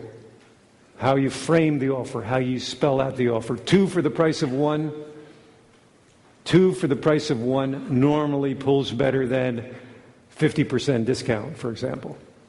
It's how you frame the offer. Number 2, list. Who's your list? A lot of you are using the web to market. The biggest, most important thing you ever do is build up your list of prospects. You got to build up your list. Somebody asked me, how about the rented list? Most rented lists you're going to die with.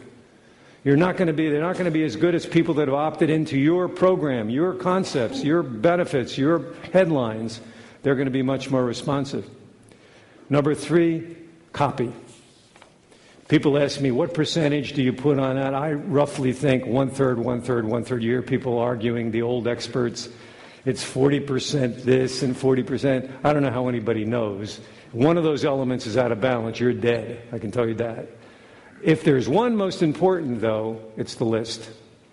Because you can't sell bass fishing equipment to trout fishermen. You have to sell bass selling equipment to bass fishermen. You have to find the proper offer, the proper list. And it's critical. You waste your time and money on lists that are not your best prospects.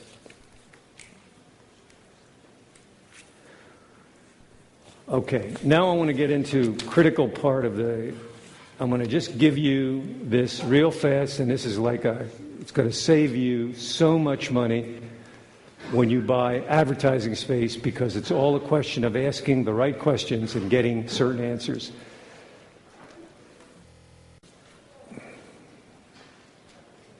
The first question you ask is, what is your mail order? You call up any magazine in the world and you say, I'd like to talk with the advertising director. I'm a potential advertiser.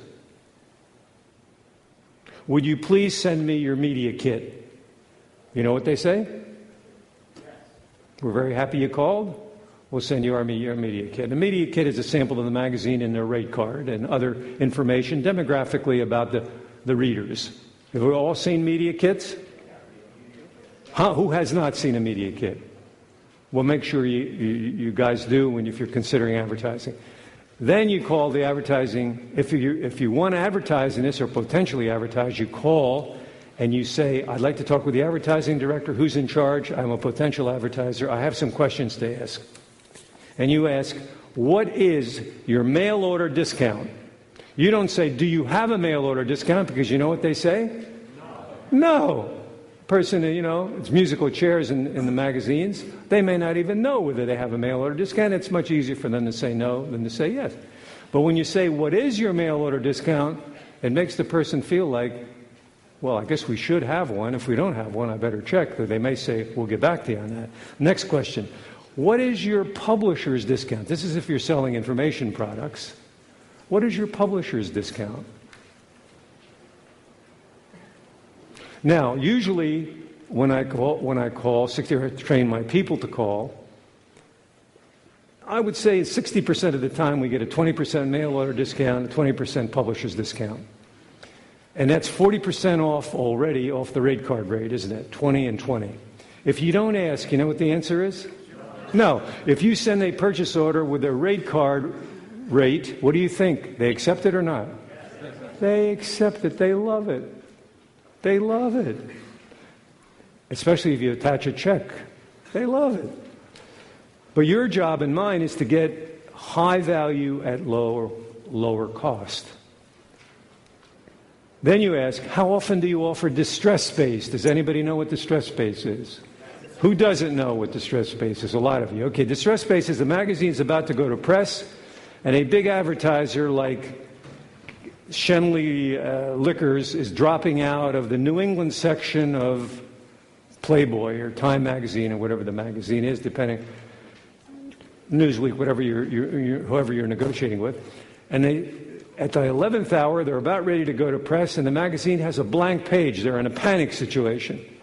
If you're a regular advertiser, I like to be on the list to be called because I can make a fast decision whether or not to run in the magazine. So if I can buy the entire circulation of Playboy, which may be $50,000, I'm just pulling figures out there, it's hard for me to remember all the rates, and they're offering me the page for $12,000, it's a good deal, isn't it? The national publication, $50,000 retail rate, $12,000 or $7,000.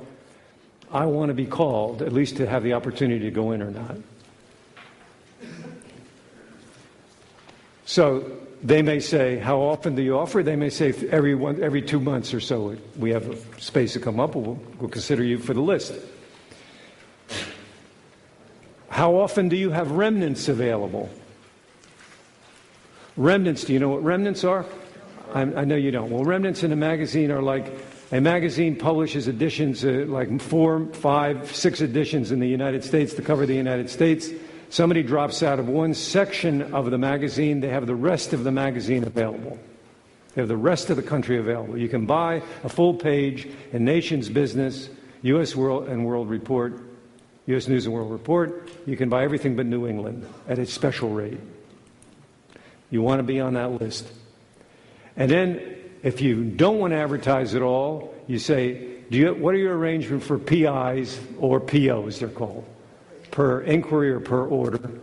And most magazines don't know what you're talking about, but it's a deal where basically you're paying them a percentage of the incoming sales. I like them because when the Podunk Weekly magazine calls us, and they'll start calling you to advertise, when you become a big advertiser, you're never going to advertise in the Podunk Weekly, are you?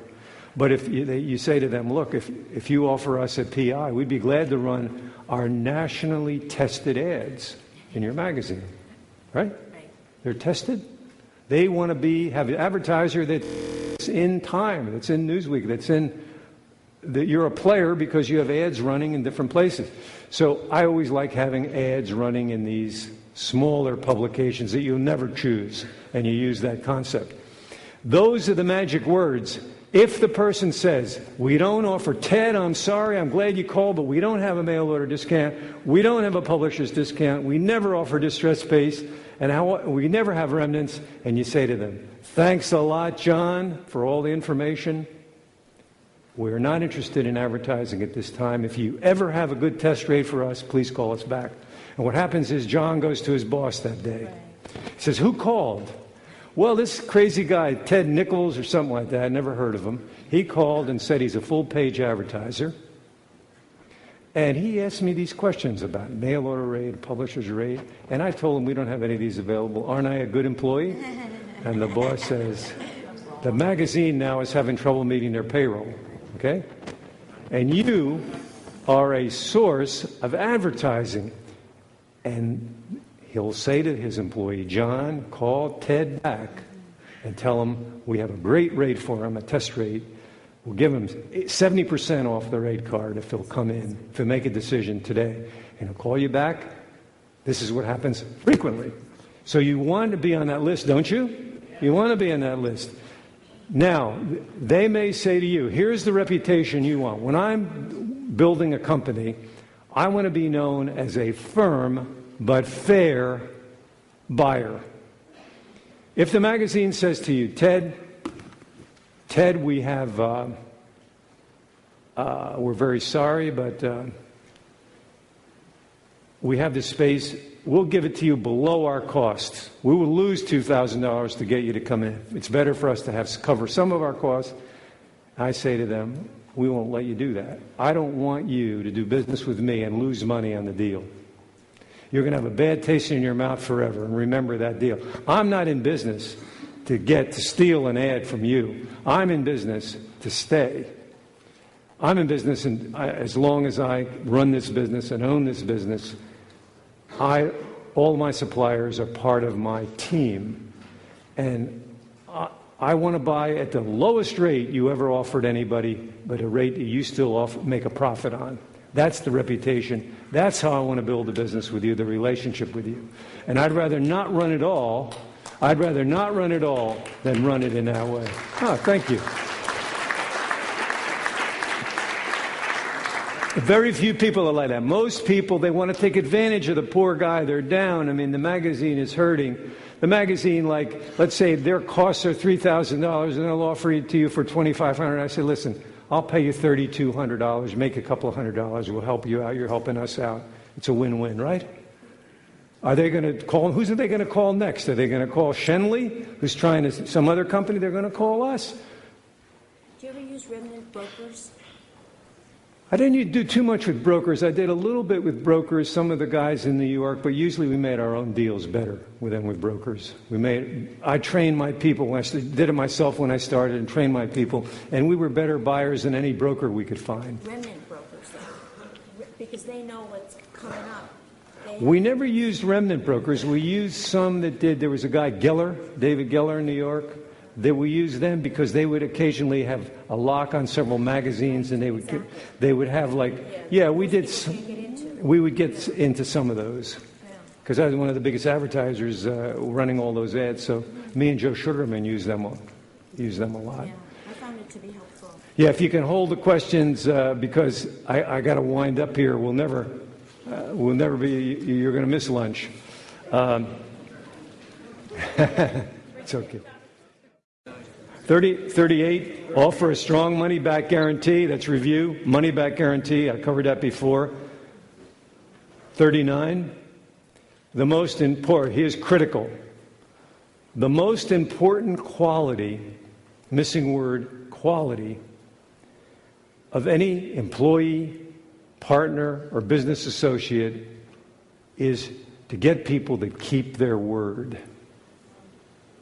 All my life, my business life, I've looked for employees, partners, people that I can work with that keep their word. It's the rarest quality in the world.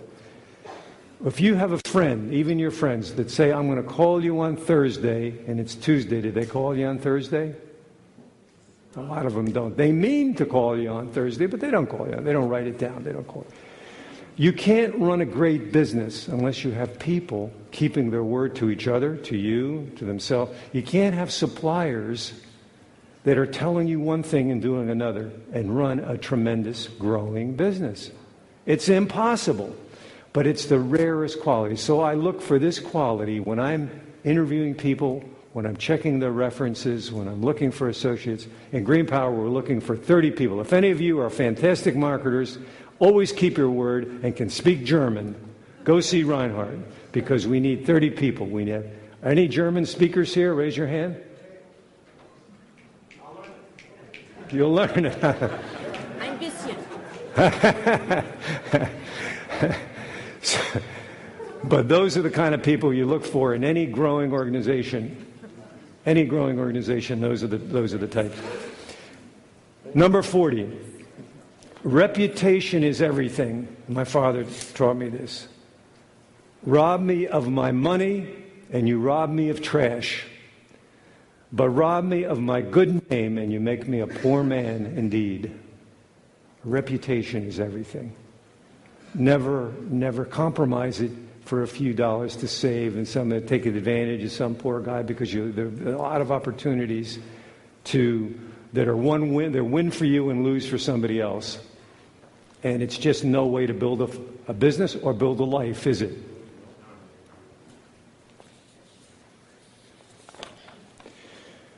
Okay, number 41. To build any business, you must first create a database. And all the things I've been talking with you about, copy and offers and two-step and all the things, are to build your database, regardless of what approach you use or a combination of media. You've got to build a database, and this is how you're going to make a lot of money, by building a big database as quickly as possible. People that agree to hear from you.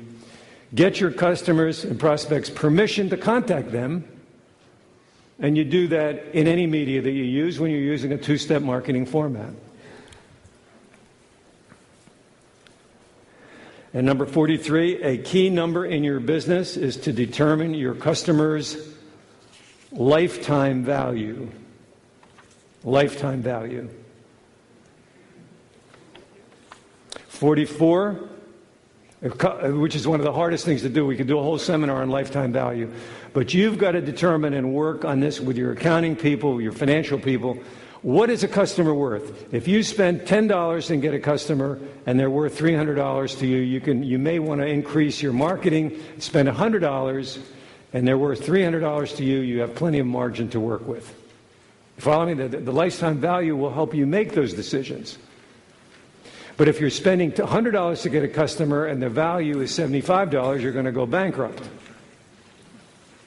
So determine the lifetime value. Most people don't know it. How many people work with a lifetime value? Raise your hand. How many people don't? Raise your hand. Half and half. Okay. Now, number 44. The ice cream cone theory, I call it the ice cream cone theory, is the key to your success. We don't have a flip chart here. But an ice cream cone, I use the ice cream cone theory because an ice cream cone I like ice cream and I like ice cream cones. And what you want to do in your business is attract people, as many people through the top of this cone, or funnel if you like, as possible, with a lower priced offer. And then gradually increase them with other offers to larger and larger purchases. If we had more time, I could get into that in a lot of depth because it's the key. For many years, I did not develop, I did not know, I did not own, I did not do the ice because I was so good at getting new customers. I would just write more ads. I'd write an ad, get a lot of customers. The ad would start to decline. I'd write another ad, get customers. I'd write another ad, get customers. And I was leaving on the table all the back-end business because it was the easiest thing for me to do. I didn't know any better. I didn't go to a seminar. Nobody told me, you're not mining the gold. These people are your gold, the people that you're leaving alone. Should the back end be related to the offer? The back-end people what? Should it be related to like in your case, a book? It would be related to the general topic, yes. Why they were attracted to you in the first place. Doesn't have to be in the same field, but it should be related to, if you're selling a vacation package to one country, you can sell another vacation package to another country. If it's vacations, you're selling vacations. It has to be related to what the original offer is. Now, we've got a decision to make here in a few minutes.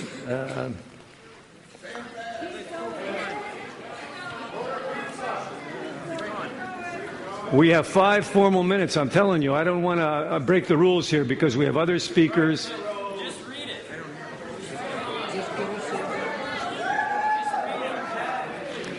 I know in my seminars we cut everybody off, and you should, and you're doing a good job, and thanks for all those cards and everything. Beg your pardon?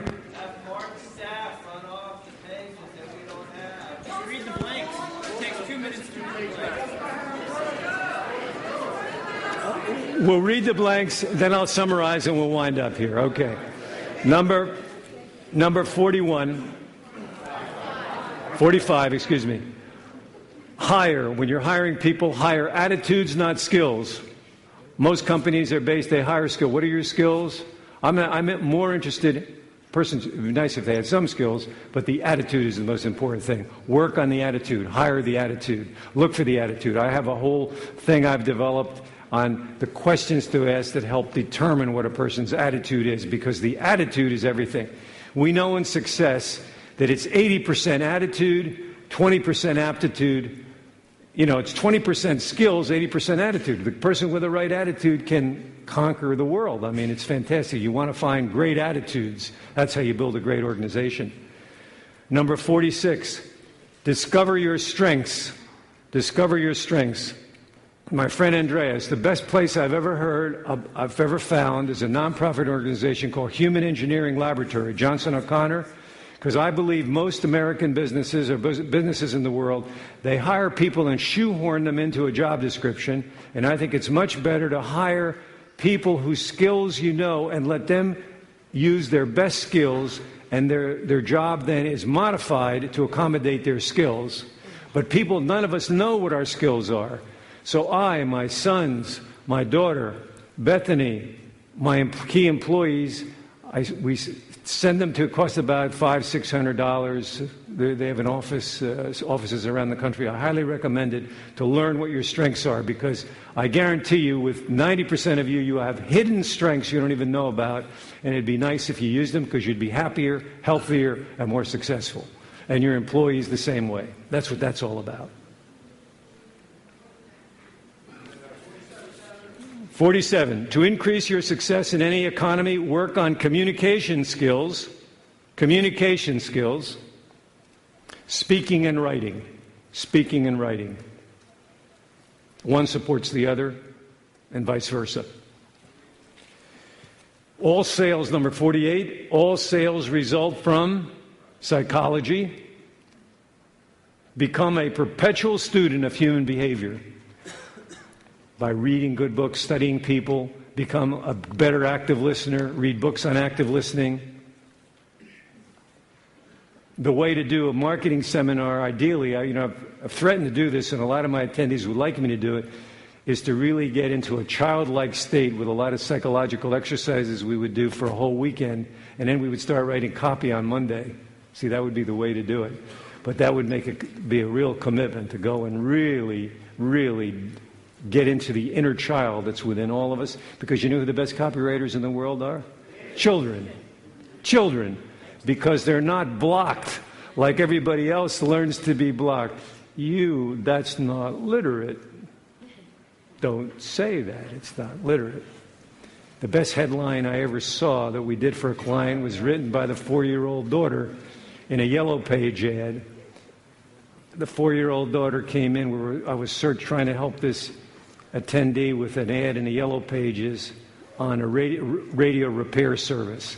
You know, radio repair services, the copy is so boring, it's unbelievable. You ever look in the Yellow Pages for radio repair? They all look the same. Al's Radio Repair. So how do we make this different? How do we differentiate? And the little girl came in, and I asked him, how things go? Do you get a good night's sleep? He said, no, I didn't sleep a wink. I was trying to write headlines. But my daughter was shaking me real early in the morning. She said, Daddy, he was in the radio business, so they had the radios on all the time, music. And the daughter said, Daddy, the radio stopped talking. And I said, that's a fantastic headline. So we put a headline with it, Daddy, the radio stopped talking, with a little girl's picture in the paper, with a little girl's picture in the ad, with her name. You know, remember you always caption every picture with her name? Do you think people read that ad or not? What do you think? The phone's ringing off the hook, still ringing off the hook with that ad, because it's exciting instead of boring. Okay, number 49. 11-point plan that never fails. This is an 11-point plan that never fails in any economy. Number 1, this is a summary.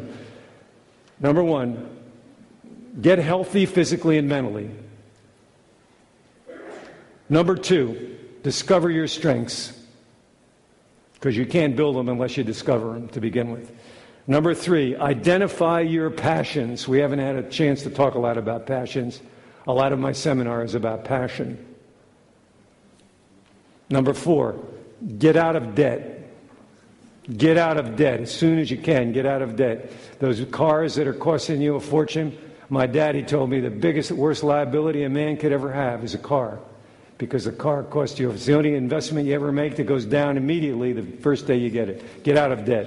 Get out of debt. Pay off your mortgages, because you're making the banks and insurance companies rich, and you're not putting money in your long-term future. Get out of debt. Number 5, invest in yourself.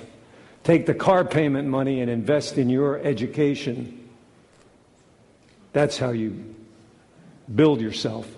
Number 6, find a want and fill it. More money has been lost, but they teach in all business schools, Harvard Business School, Wharton, Stanford. Find a need and fill it. You ever hear it? I went broke twice finding needs that nobody absolutely wanted. People do not buy what they need, they buy what they want. So your job and mine is find out what people want and give it to them, not go broke trying to give them what you think they need. All the great, including Napoleon Hill. I wanted to discuss this with my hero and tell him, my experience in it. But Napoleon Hill passed away before we had a chance to actually have a personal meeting about that. That was in Think and Grow. I mean, it's a great book. I'm not disparaging the book, but I think that that's one error that I wanted to talk to them about. Number 7, pay wholesale. Pay wholesale instead of retail. A couple of quick phrases you can use whenever you're buying. A few phrases that'll help you, a few magic words that'll help you buy everything wholesale. Number 1, is the price negotiable? Is the price negotiable? You go into an antique shop. Some of you may collect antique. Yeah, that chest is $3,000. Is that price negotiable? If they say yes, does that leave the door open for an offer or not? They say, yes, it's negotiable. I don't know, 3,000. What about 1,100? Maybe you're willing to go up to 1,500. Is the price negotiable? Another magic phrase. Is that the best you can do? Now, I live in Switzerland. My Swiss friend said, it's impossible. These Swiss are rigid. You'll never be able to get everything. Every time I go into I buy a lot of jewelry. I like to buy jewelry and clothes for Bethany. And they say, the Swiss, what's the price is the price. I go into a jewelry store and I say, look, I really like that watch, but I'm a buyer. I like to buy things wholesale. Is it possible for you to give me a better price. If the person says no, I say, thank you very much. Thank you. It's been nice talking with you. And very simply, they say, well, wait a minute, maybe we can do something. Or 90% of the time they say, yes, I think we can work something out. And you can start, you get the person's permission to negotiate. Just by using magic phrases like that. Most people are afraid. They're afraid. We go to a hotel. It's, a lot of this is in magic word. We go to a hotel. We always get a negotiated rate. Bethany's become a fantastic negotiator. We always pay a very good low rate. When I get to the hotel, I say to them, look, we really appreciate you have a special rate, but is it possible for you? We're on a perpetual honeymoon, me and Bethany. Do you have a honeymoon suite in this hotel? They say, yeah. Is it full? And they say, no, nobody's using it. Well, is it possible for us to get that honeymoon suite at this rate? Now, the honeymoon suite is fantastic. It's larger. And 80% of the time, we get the honeymoon suite. 20% of the time, they say, well, we can't do that. The boss said we can't. We say, fine. If you don't ask, the answer is always what? No. If you ask, you're not afraid. If you ask in a nice way, a gentle way, you're treating people with dignity and respect, you start getting everything wholesale. I pay wholesale for everything. My clothes, jewelry, everything. Wholesale. Wherever we are, whatever country. It's just a question of using those phrases. Number 8, take action. Take action. If what I've said to you this morning makes sense, start using it. Start taking action on it. That's what separates the successful from the unsuccessful. Number 9, test small and roll out big. I call it fail forward. Fail forward. If the test doesn't work, you've learned something, go back to the drawing board, test again small, test again small. See, a lot of people think I'm going to run one ad and I'm going to make a fortune and I'm going to go forward. It doesn't work like that. You may run one ad, run 2 ads, run 3 ads, 4 ads. The 5th ad, you hit a home run. You just keep learning and keep growing. You don't bet the ranch on any one of them. Number 10, offer a strong guarantee. And number 11, never give up. Never give up. Winston Churchill's famous speech. You've all heard that speech? Never give up. Persistent, relentless, and you cannot miss. Now, if you want me to take 2 minutes and tell you about if you want to continue the information, the education at home, and get a best deal you ever saw, I'll take a couple of minutes and tell you that, and then we'll break. You like that? You sure? Okay.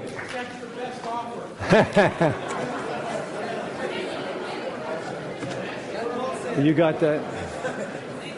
The offer? No, it's not the last page.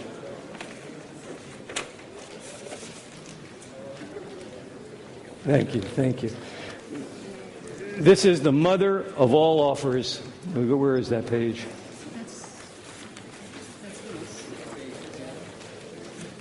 Where is it?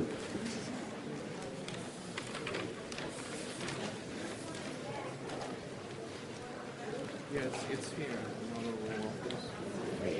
We do promo here, and then the bottom is. But where are all the bonuses? See, the mother of all offers is including all of those. Oh, excuse me. Okay, it was redone. Okay. Here is the mother of all offers for all of you on that page.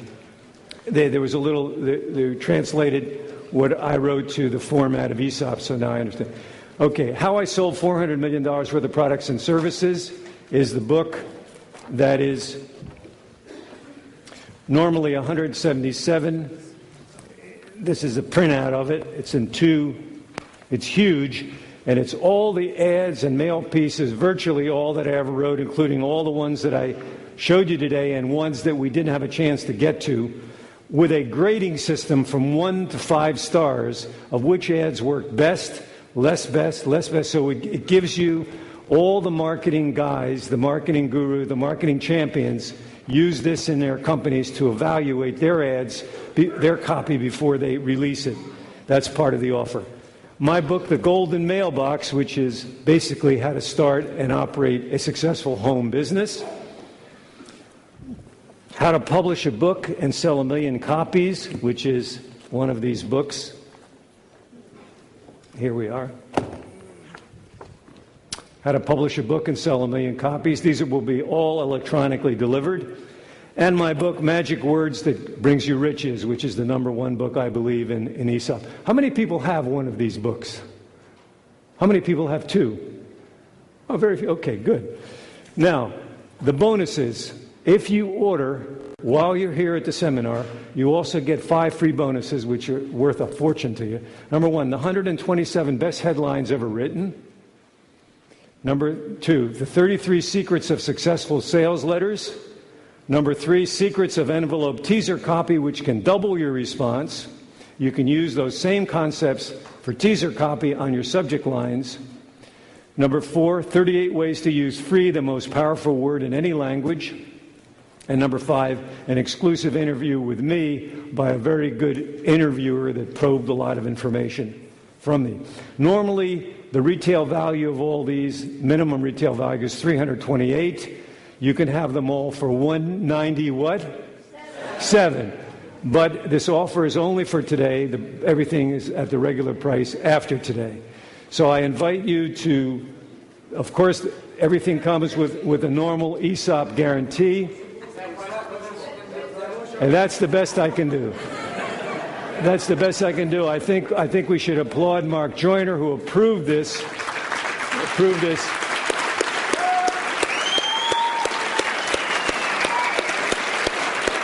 So have a wonderful lunch, and it's been fantastic to be. Now, before I close, a few short words that are meaningful to me that I'd like you to leave you with.